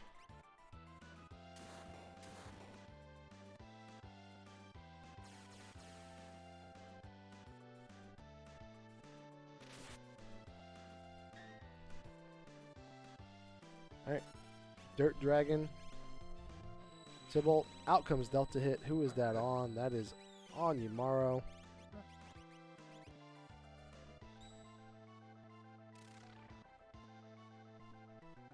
Alright. One of the arms. Did one of the arms just go down for Schmaltz? Yes. Nice. I Delta hit too late though. Yeah, it's also one of those weird territories where it may come back right as Delta hit is ready to go off again. Yeah. This could be incredibly unfortunate in an already unfortunate scenario. Life 2 out for Yumaro, so we're back at full strength, but unfortunately Landslide is targeting the Yeti again. Ooh, that's I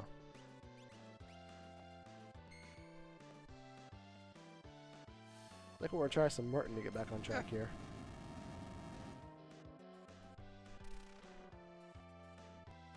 Alright, both arms down, so that means there's only one target left. And Dirt Dragon's giving Tybalt the business right before it dies. Yep. Alright, so with those arms down,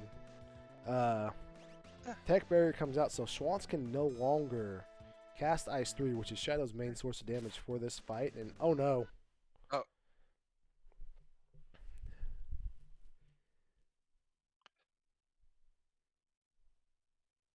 Does he warp out in an attempt to reform the party?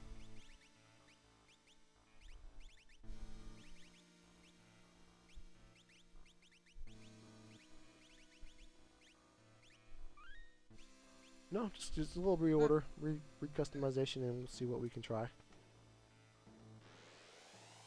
Alright. And this is the break that Tybalt needed. Yeah, because Tybalt is almost to the switches with some of his party members, or excuse me, with all of his party members. He just needs to get up there, switch on some stitches, step on some switches, and then he will only be 2 bosses behind. But remember, he will have to walk the tower 2 times because all 4 of his party members are in one lane. So this is important for Schwantz. If he can get through this without having to rewalk the tower, he'll maintain his lead. But if he cannot, he will give up a decent chunk of it. And the sit-up appears to be going a little bit better. A lot of those blocks are pretty clutch, pretty fortunate. Plus some solid Yumaro targeting. Oh no, down goes the Yeti. Out comes Grand Train. I don't think we survive this.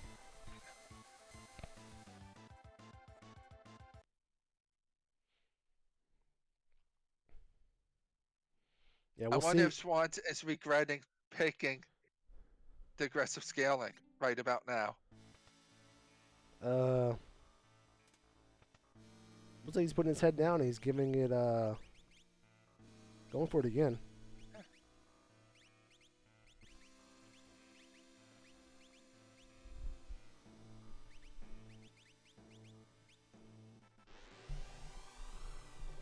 Alright. He's got the combination he wants, while on the other side of the screen we have the same Inferno fight. We just have a few more party members in tow for it.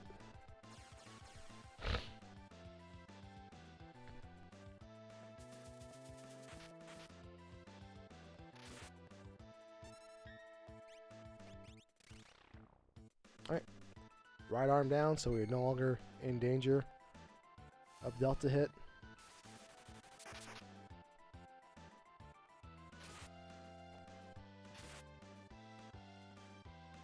But we're already at critical HP levels here. So he's going to take the opportunity to heal back up.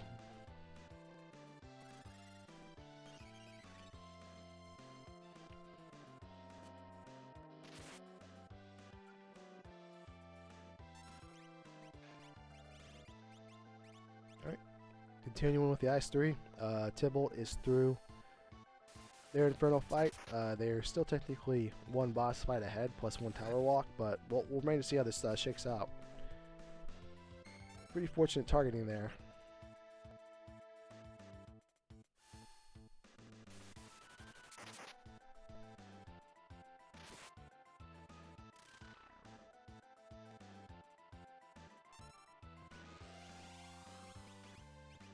Right. We can no longer cast Ice 3. by virtue of that tech barrier, which gives us reflect. Or excuse me, let's give Inferno reflect. So now we're all dependent on Yamaro here.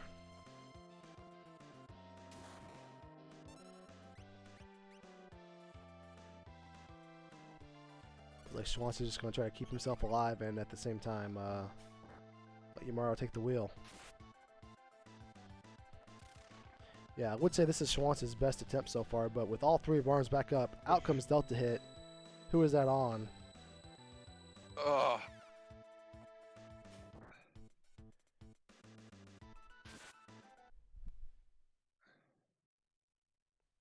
So the interesting thing about Delta Hit is that it's a continuous 30 seconds, or the timer is continuous. So when you take down the arms, the timer doesn't just go away. It's still running. It's just every time the timer fills up, it does a little check. It says, hey, is all of my arms alive? Is everything I need to do Delta Hit ready to fire off? And if it is, then, well, out comes Delta Hit. But if one of the arms is down, it says, you know what? Nope, no Delta Hit. But let's restart the timer. And then whenever you get back to a full timer, there exist scenarios like that where he can restore one of his arms. The timer fills up, and then as the arm is restored, out comes Delta Hit, unfortunately, for Schwantz there.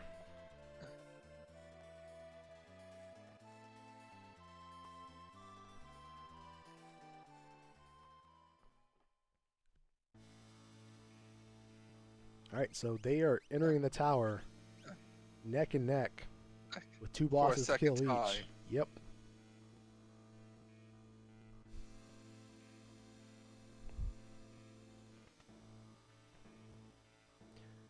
Tybalt will have two parties of two characters to take on his challenges, while Schwantz will have three to take on Inferno and whatever lies behind. Tybalt has a party of one, party of two, and a party of three.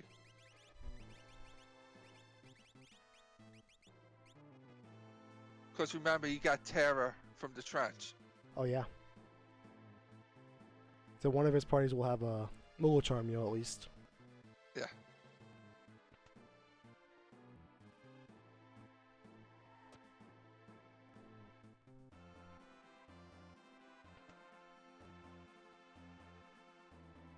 Alright. A few screens ahead for Schwantz, but remember, Tybalt has quite a few levels now. He's had the experience egg for most of the seed. He went back and bought another one. So he has a few levels on his characters. He's got some firepower he's working with now, but Schwantz will have 3 active party members for this fight at least.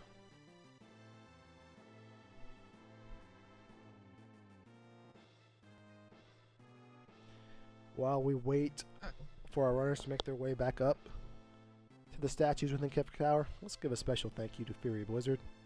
Blizzard, my dog, thank you for the raid. Hope your runs are going well tonight. And you came at the right time. We a little bit of a back and forth. Schwantz was ahead, but Tybalt has clawed back, and we are now racing back towards the statues to progress towards the final battle. Yes. Where Tybalt has the outside lanes left, and Schwantz just has the middle lane. Yep. So Tybalt has a Guardian and an Ifrit Shiva fight, and Schwantz has Inferno and something else Tybalt showed us that we missed. Dullahan. Dullahan.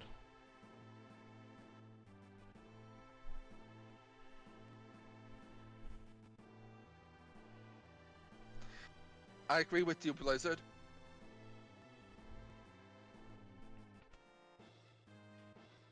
Right, while we approach the fights once again, live now in your chat is the link to Gretham stream. Gretham, as we mentioned, our tracker tonight. Mogul Cup 2 champion, all around great fellow, despite his controversial stance on some characters. And also, you have the link to Sigil's Twitch, Swigil, our co-commenter tonight with me.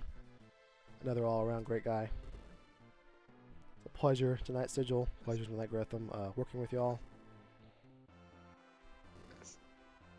I couldn't say that better myself. And you know what? You guys have done such a fantastic job tonight. I'm going to say double pay for everybody.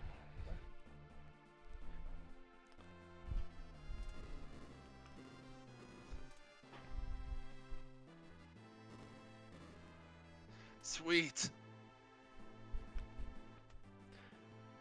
All right. Schwantz is gonna save here by one of his save points he has access to before he gives his Infernal fight another try. He's a few steps ahead here technically, but we'll see how this all shakes out because it's pretty interesting. Because this Guardian fight's gonna be a good one. Whereas we know this Inferno fight has been a little bit of an experience so far. But I think Tybalt has 3 characters for his Guardian for the Guardian fight. It's true, but Guardian has shown he doesn't care if you have 1, 2, 3, or 4 characters. He will show no mercy.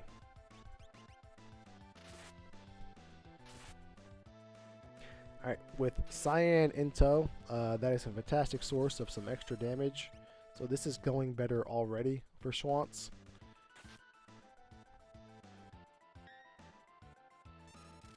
And that effort does not have long for this world. No, he does not. He took a pretty hefty throw. He took a pretty hefty sword tech to the face. There's quite a bit of damage there. On Schwantz's side of the screen again, fortunately, Shadow survives the landslide just by the skin of his teeth. Illumina putting in some work. And there we go.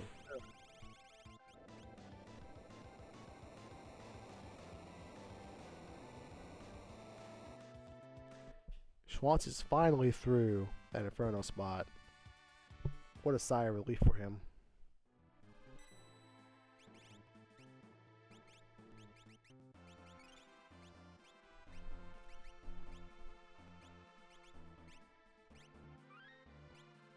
Alright, looks like he's going to hold on to his last 2 sleeping bags. Remember, this is just Dullahan, so expect no difficulty here. Whereas this Guardian I can see goes sideways despite the overwhelming power we've acquired.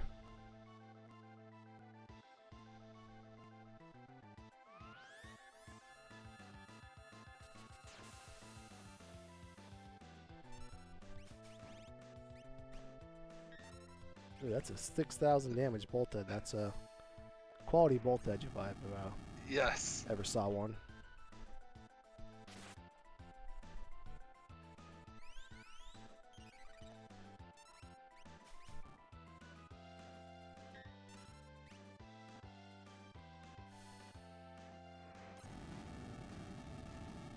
Alright. Inferno coming out for Schwantz, doing a healthy amount of damage. He is through his Dullahan. The only thing that stands between him and glory is the final fight, where his Guardian is still ticking away.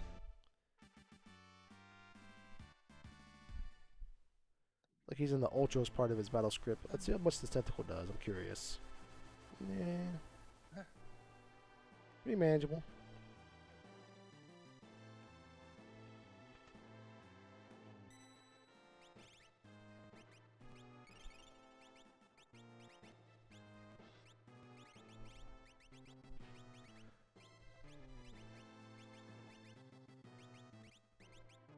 Alright, so Schwantz doing some final party adjustments. He will be on the switches when he moves his last character up there. Oops, it's on the other side. There we go. Yes. Oh, no, down, down, down. Alright.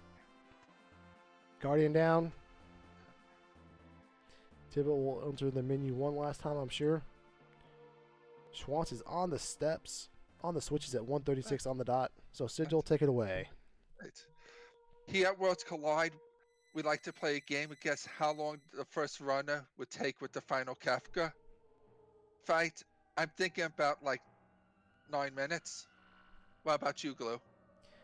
Yeah, now it was a struggle to get here because of the high scaling, but now that we're here, I think we're pretty comfortable in our ability to get through this fight. I think our main concern is that the guy behind us is cooking with a little bit more gas. So I am going to predict 9 minutes and 1 second on the dot for Schwantz, but I'm going to predict a 7 minute and 30-second Kefka fight for Tybalt, allowing him to finish while both runners are on tier 4. I'm going with like a 745 for Tybalt. 1:36:57 is the start time. Schwantz does have access to some instant death. And also has Fenrir and Phantom. Yeah, he has some options to cover some of the deficiencies in his defense. Just like that, those punches for 1900 damage are a robust amount.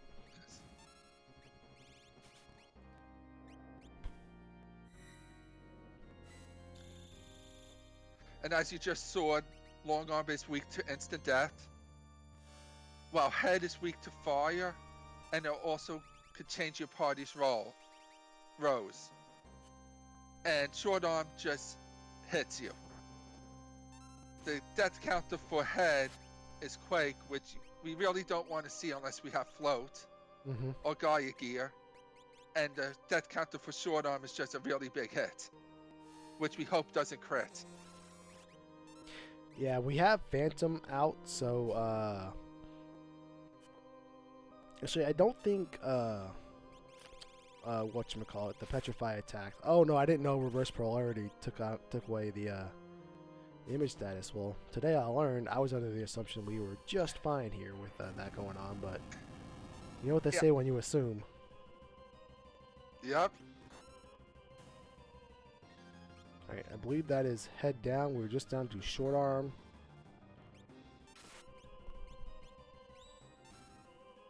And we are through tier 1 for Schwantz. 138.40 on the dot, so that was a minute and 3 second tier 1. Not bad. Not bad at all. Yeah, this is going to be pivotal to see how this fight shapes out, because 137.37, as Greta mentioned, is when Tybalt started his tier 1, and with his Guggo taking a dirt nap, that's going to put a little bit of time on his finish, and he has the power to catch Schwantz. It's just, will the game cooperate and let him? Yes.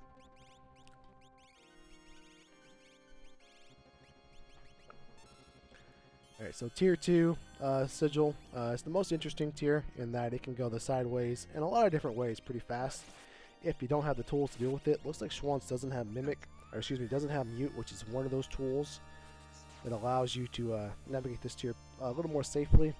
He looks like he's going to air anchor tools, which will kill him, as tools is susceptible to instant death. With no mute, he's going to have to work a little bit harder to tackle the challenges this tier will present to him. Yes.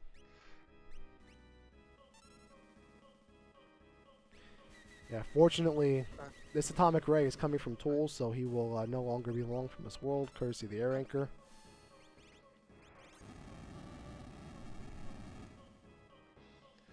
But yeah, magic casts any tier spell or status elements that your characters can learn during the game.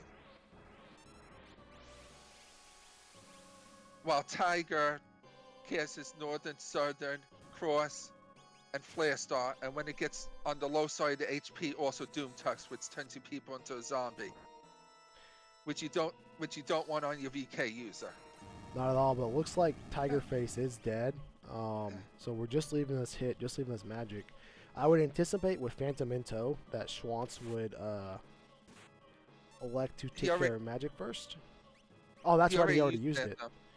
That's all good. We can possibly, Fenrir for the 10 hits, because no, that's a Calvinist protection. Oh, that's true. We don't have any golem. Well, interesting to see what he does here first. Does he do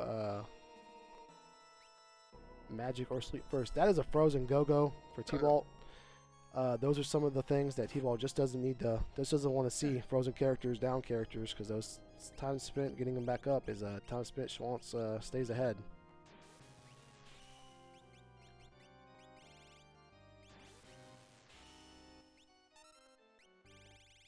Alright, those are some death counters for Schwantz. We are just down to hit. I think he's just down to hit. Oh no, that's a flare. No. That's a flare on the character we don't want. He doesn't have mute, so we don't know when it's gonna die.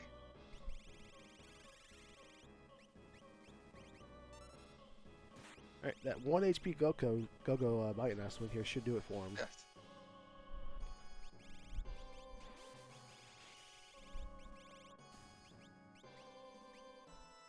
Alright, so Schwantz is going to take a few moments, take some turns, heal himself back up because he knows what he has coming his way. He's getting 10 of them, whether he likes it or not. Ooh.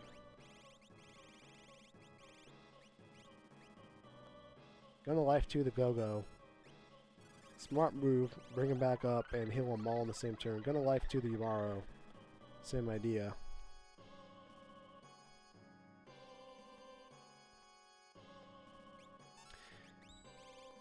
Meanwhile, it looks like Tybalt's main cure spell is only cure. He doesn't have access to cure 2 or anything like that. And out comes a Flare Star. This is going to really hurt anybody if they can't absorb it.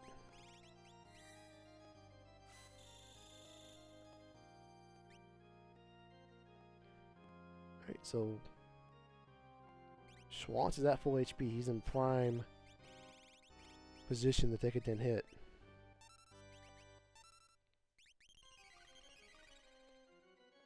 Looks like he's gonna tincture and mimic it. Nope, he's just gonna. Oh, that's a large number. It's a pretty large number. Go-Go can't take too many of those.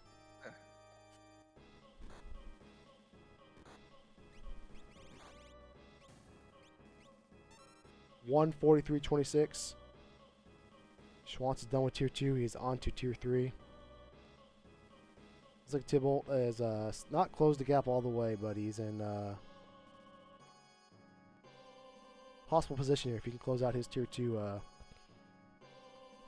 Getting that gap shrunk. And it's not every day you see Tiger be killed last. No, not at all. So if Tybalt can get through this pretty hastily, he'll have an advantage on tier 3 and tier 4 by virtue of his Sword Tech 7 and the damage it is doing, and he is on to tier 3 at 144.07. And that proc is not helping Swans right now. No, that proc is our enemy, as that part of the boss absorbs any and all elements. Alright, Tybalt has arrived. So we'll see here the power of that Sword Tech 7 and the ability to break the damage gap. Yes. And will he put that quick to use? Yeah. And oh no, more procs for Schwantz on the part we don't want to proc at. Fortunately, Yamaro's got his back.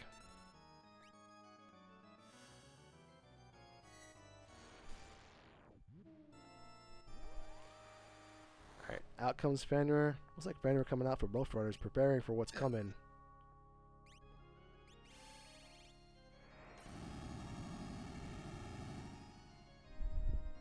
Yeah, I'm not sure how much damage Sleep here has. Already taken for Schwantz here, but we got to be on the back half of this, the back 9.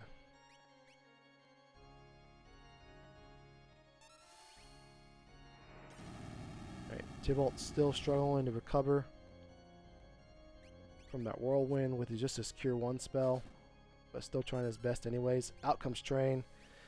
This is awkward. It's going to really impact our Valiant Knife wearer. Not so much our Illumina wearer. Well, that's incredibly fortunate to have another Train come out there and not a Meteo. One more swing, though, from somebody that lands. I think we got this. There we go. Schwantz makes it through Tier 3 with all 4 runners in tow at 146.04.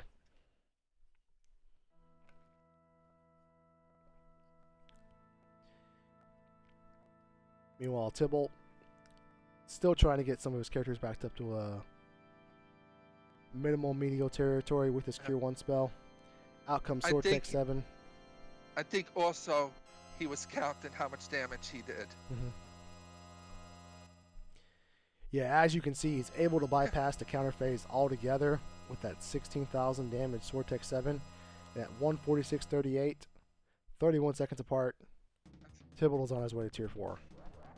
So he's closed the gap a little bit. He's closed the gap about halfway. Can he close it the final 31 seconds? Let's find out. Sigil pop quiz real fast. How much HP does Tier 4 Final Kefka have? 62,000. Nicely said. 62,000 is the magic number. 30,000 is another magic number, as that's how much we want to do to be able to bypass, get him in the goner phase. Yes.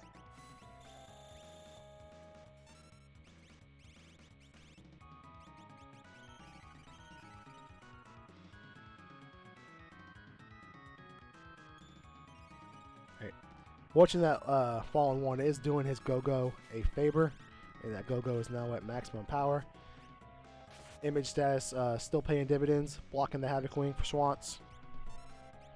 I think Schwantz has got to be in the close to the Fallen One, not the Fallen One, the Goner territory now. Yep. And out comes Fallen One for Tybalt, but this is a pivotal moment for Schwantz. Goner's charging, no counterattacks can happen.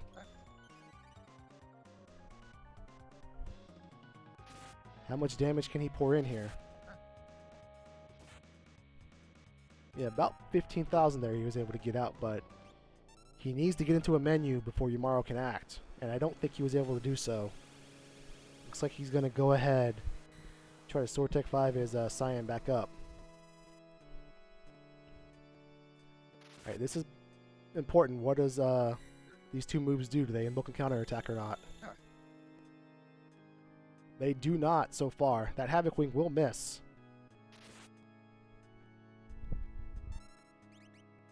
Schwantz going for it. You love to see it. Oh no, an Ultima. Oh, no. This is fine. This is fine, ladies and gentlemen. This is fine. Cyan will survive. Yeti will not. That's heartbreaking, but another story. Out comes Goner. Schwantz is going to go for it with just Cyan left. Can he do it? Cyan, can you do it? He does. GG. GG's. Amazing performance there by Cyan. Might as well disqualify Schwantz because Yumaro didn't make it all the way through the fight, but nevertheless, that was a clutch Cyan as I ever saw.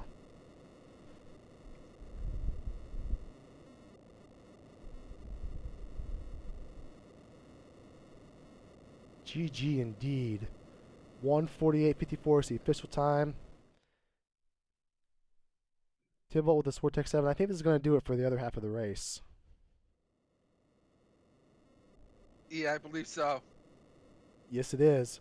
1:49:33. 39 seconds apart. My goodness. So many questions to ask these amazing runners. Let's see if we can get in here and get them in here and ask them. Speaking of amazing runner, ladies and gentlemen, this is Slushy Schwantz 27 signing on with a victory tonight in this draft race. Schwantz, tell us about that amazing performance tonight. I have a lot of choice words for the Save Umaro Foundation right about now, but I'll keep it PG-13 for the stream. Yeah, so the very difficulty of scaling caught up to me in Kefka's Tower. It seems that the race was close, and Tybalt saying that his start was rough. My start was pretty good. Bosses took a little while to kill, but that's because I did next to no grind fights and looting and stuff like that. My problem was in Kefka's Tower, which is fun. I was going to ask, do you regret picking aggressive scaling? Ultimately, no, because, I think it shows off how tough this game can actually be when you get outside of the traditional, standard seeds, right? Bosses, they be beefy. They're difficult sometimes.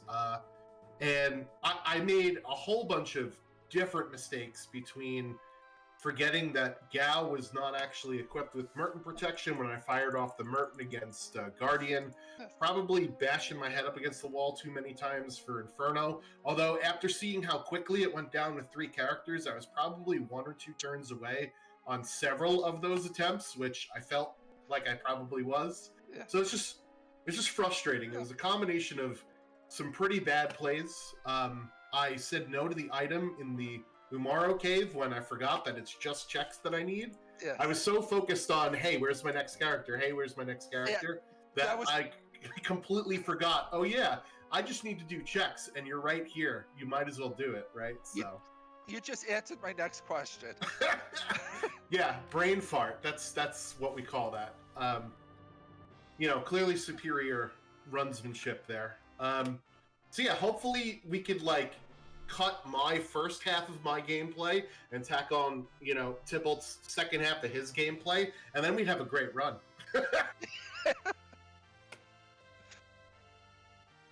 So, but yeah, overall, I really like doing draft races because it makes you sort of go for these kind of slightly different strategies here. I knew with no free progression that I was going to do my free checks and get big beefy swords.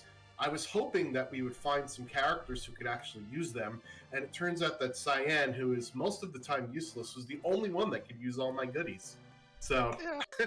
that's always fun too. Yeah, I just want to hop in here real quick. I put it in chat, but you two actually had the exact same time on your Kefka fights. You both took 11 minutes 55 seconds. Oh my goodness, Exact same time on Kefka. That's wild. Yeah. It was. I knew that Tybalt's a really good runner, so I knew I had to bring my A game. I didn't bring my A game here, for some of it, and it almost bit me in the butt. And it was only because, I'll have to watch the race back, obviously, but the rough scaling certainly can make things pretty difficult at the beginning for sure. Yeah. Yeah, just a little heads up when you watch it back. We may have prayed for some shenanigans at Kefka's Tower. Ignore that. That had no influence on what transpired. No, none at all. Yeah, because clearly you guys, hundreds of miles away, can influence the outcome of seed via circuitry, right? That's always how it goes. No, definitely. Yeah, definitely so I will get in my little Umaro slander here. I think me putting the Yeti in the party at the last minute was probably the mistake of all mistakes that I've ever made in my entire life. Mm-hmm. There's a few in my teenage years that we can't mention on stream, but this is up there with some of the bad ones. I probably should have went all in with Yeti when I first got him, or went all out. And I decided to put him in when I saw that he could equip the Atma weapon, and I should have done that way earlier than that. If I was going to do that, right? Because I think I don't run into any of those problems in Kefka's Tower if my party looks very different, right? Because when I actually had Gao do the thing he was supposed to do with the water edges, Guardian went down without a problem. So it happens sometimes. This game is going to game. Rando's going to rando. So GG's Tibble on a water fun edges? I had thunder bolt edges. Well, those would have been good. Those were good for mechanical bosses in Kefka's Tower, right? We saw we saw two Guardians, and we saw two of another bad boss, Dullahans, and then Two Dullahans, two Infernos, two Guardians, and two Tentacles. Yes. Yeah, so it was very interesting. So fun little fact about Guardian, y'all actually ended up tying the series. Guardian had 4 victories, and Commando had 4 victories. So best of 9, we'll run it back and find out who wins the Guardian matchup. But unfortunately, Inferno won that series. Yeah, oh yeah, for sure. Yeah. Inferno was the real final boss of the seed for me. Yeah. Although it got really close at the end there. It was down to the last swing with Cyan after the ultimate counter. Yeah. I knew that I had enough HP to tank in Ultima, so I kind of was not cautious there at all. So I just went for it, and I think that had I played it more safe, I think Tybalt, you would have won that race. Oh yeah, because you would have sniped me at the end. It's like your Kefka got fight like mine, and all I had left was Cyan left at the end. Great. The Last Samurai, coming soon to a theater near you. But yeah, so GG's Tybalt, and thank you guys, Gretham Sigil, for doing the staffing. Thank you, Glue, for putting on the restream as well. Really appreciate it. I'm excited to watch this back, because it sounds like a catastrophe happens, and I'm all there for it. Yes. They're right there? Yeah, that was my phone. I gotta go find it. It's under my desk, so I'll be back. All right, well, let's watch Sosa's first phone. Tybalt, GG's. You really overcame a lot of adversity there. You had a couple roadblocks really get in your way, but you came storming back. You didn't let it detour you. What was your thought process there as you took those unfortunate wipes and unfortunate spots to get back into this? At that point, like, it's okay, I got a terrible boss at the end of the dream. Let's go somewhere else. Oh, I've got a terrible boss at the beginning here. Well, those are 6 checks off the block. Great, where do I go now? I'm just trying to find something else to give you another character, and then Shadows came with the belt, showed up blank. And I think the other check showed up blank, and I'm like, no. I completely forgot that Kefka and Narsh existed. Mm-hmm. Anybody check if there was a character there? No. It was either there. It was either there or Serpent Trench, and I didn't finish Serpent Trench. Serpent Trench was nothing. Oh, no, it was Terra. It was Terra. Terra was Okay. there, actually. Yeah, if Serpent Trench was nothing, then it had to have been Kefka at Narsh. But it was also a very linear seed too. Yeah. Terra was sitting at the end of Serpent Trench, and she had rage. You never really got to see anything. And it was a matter of just trying to figure out, like, we knew we had power with all the no free checks, no free lunch, so it's like, you had power if people could actually equip it. Curse you, Shadow. Yeah. Yeah, had I known that Terra was at the end of Serpent Trench, I would have done it immediately. Instead, I was like, oh, look, I found Umaro. Let's go do Umaro's checks, because there's 3 right in a row. Yeah, I did Umaro's checks, and then I got the gal later on, because it was literally Dream or Kefka at Narsh. I completely spaced on Kefka at Narsh, so I took what I knew to be a character there at the end. I gave Chad everything that they wanted. I cured Sid. Yeah, I figured we were gonna find lots of goodies, so I didn't cure Sid. Sorry, Sid. F's for Sid in the chat. Oh, so you didn't do it? I did not. I did not do. So there you go. That's the race right there. So I have a question for you, Tybalt. Okay. With the sort of theme, or not the theme, with the format of this sort of tournament, with the bans and picks and the draft that we did, I noticed that you banned the Super Bowl flag set, not only in this series, but in another series as well. So what is your thought process on picks and bans and stuff? So for me, I'm a Chaos Gremlin. The Super Bowl relay just doesn't appeal to me. It seems too always going to be Jetty every single time, whereas draft or chaos, I can try to actually make it a little more difficult to give me a better chance, because you give me in a straight line with somebody, I'm gonna lose every time.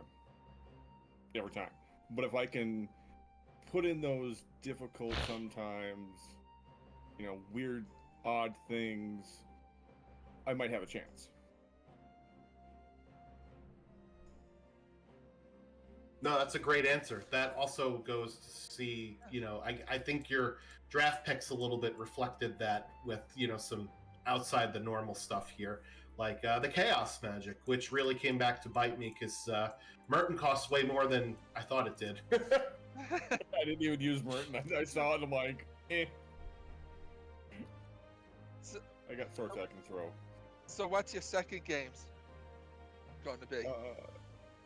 At some point after we cleanse ourselves of this disgusting palette, we have the Jones special.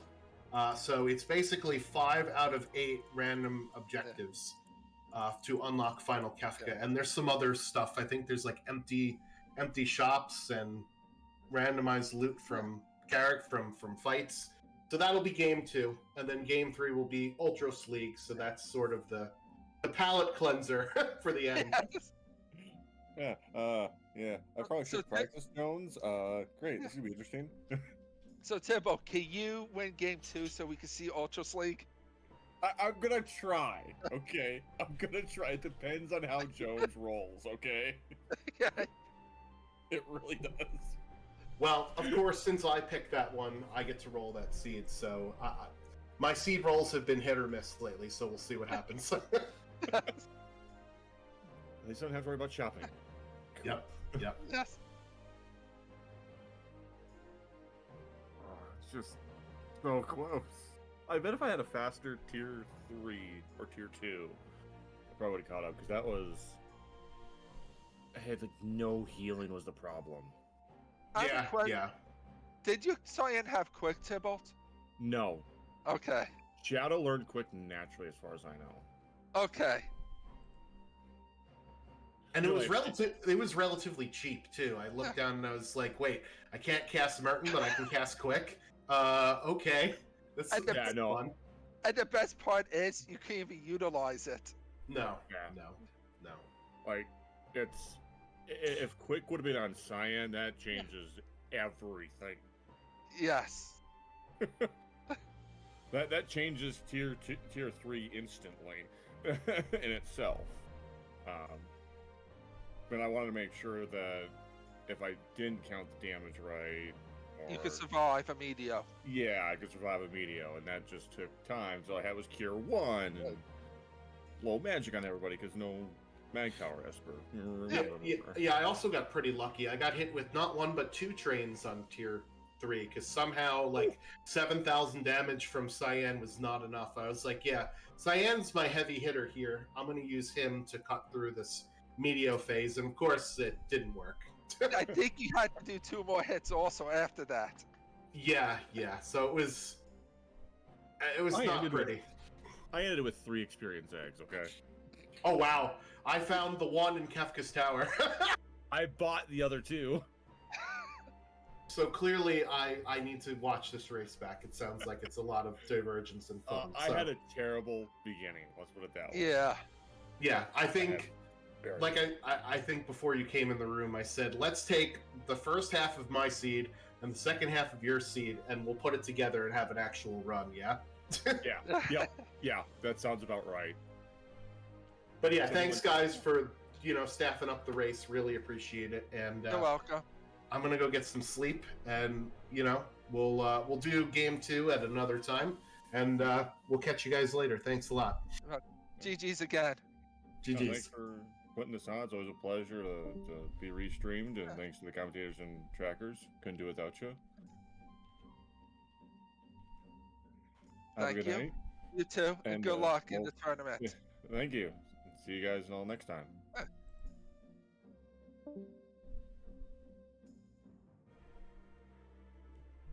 All right, Sigil. What a conclusion. You What an know. exciting race. Sigil, I will let you sign us off while I find somebody to raid. I think that's it for the week. I believe next Wednesday we're having a weekly in speed gaming. Glue. Yes, we are. We have our speed gaming slot coming up Wednesday. Nothing booked until then, but you never know. Something may end up on the schedule one way or another, some way, somehow. Yes. Look forward to more of the races, hopefully appearing on our community Twitch. And have a good night, everyone. Everyone have a wonderful night. Thank you for hanging out with us. And if you're going to stick around, we're going to head on over and see what's going on with One Free Fits. Looks like they're doing some Jones special.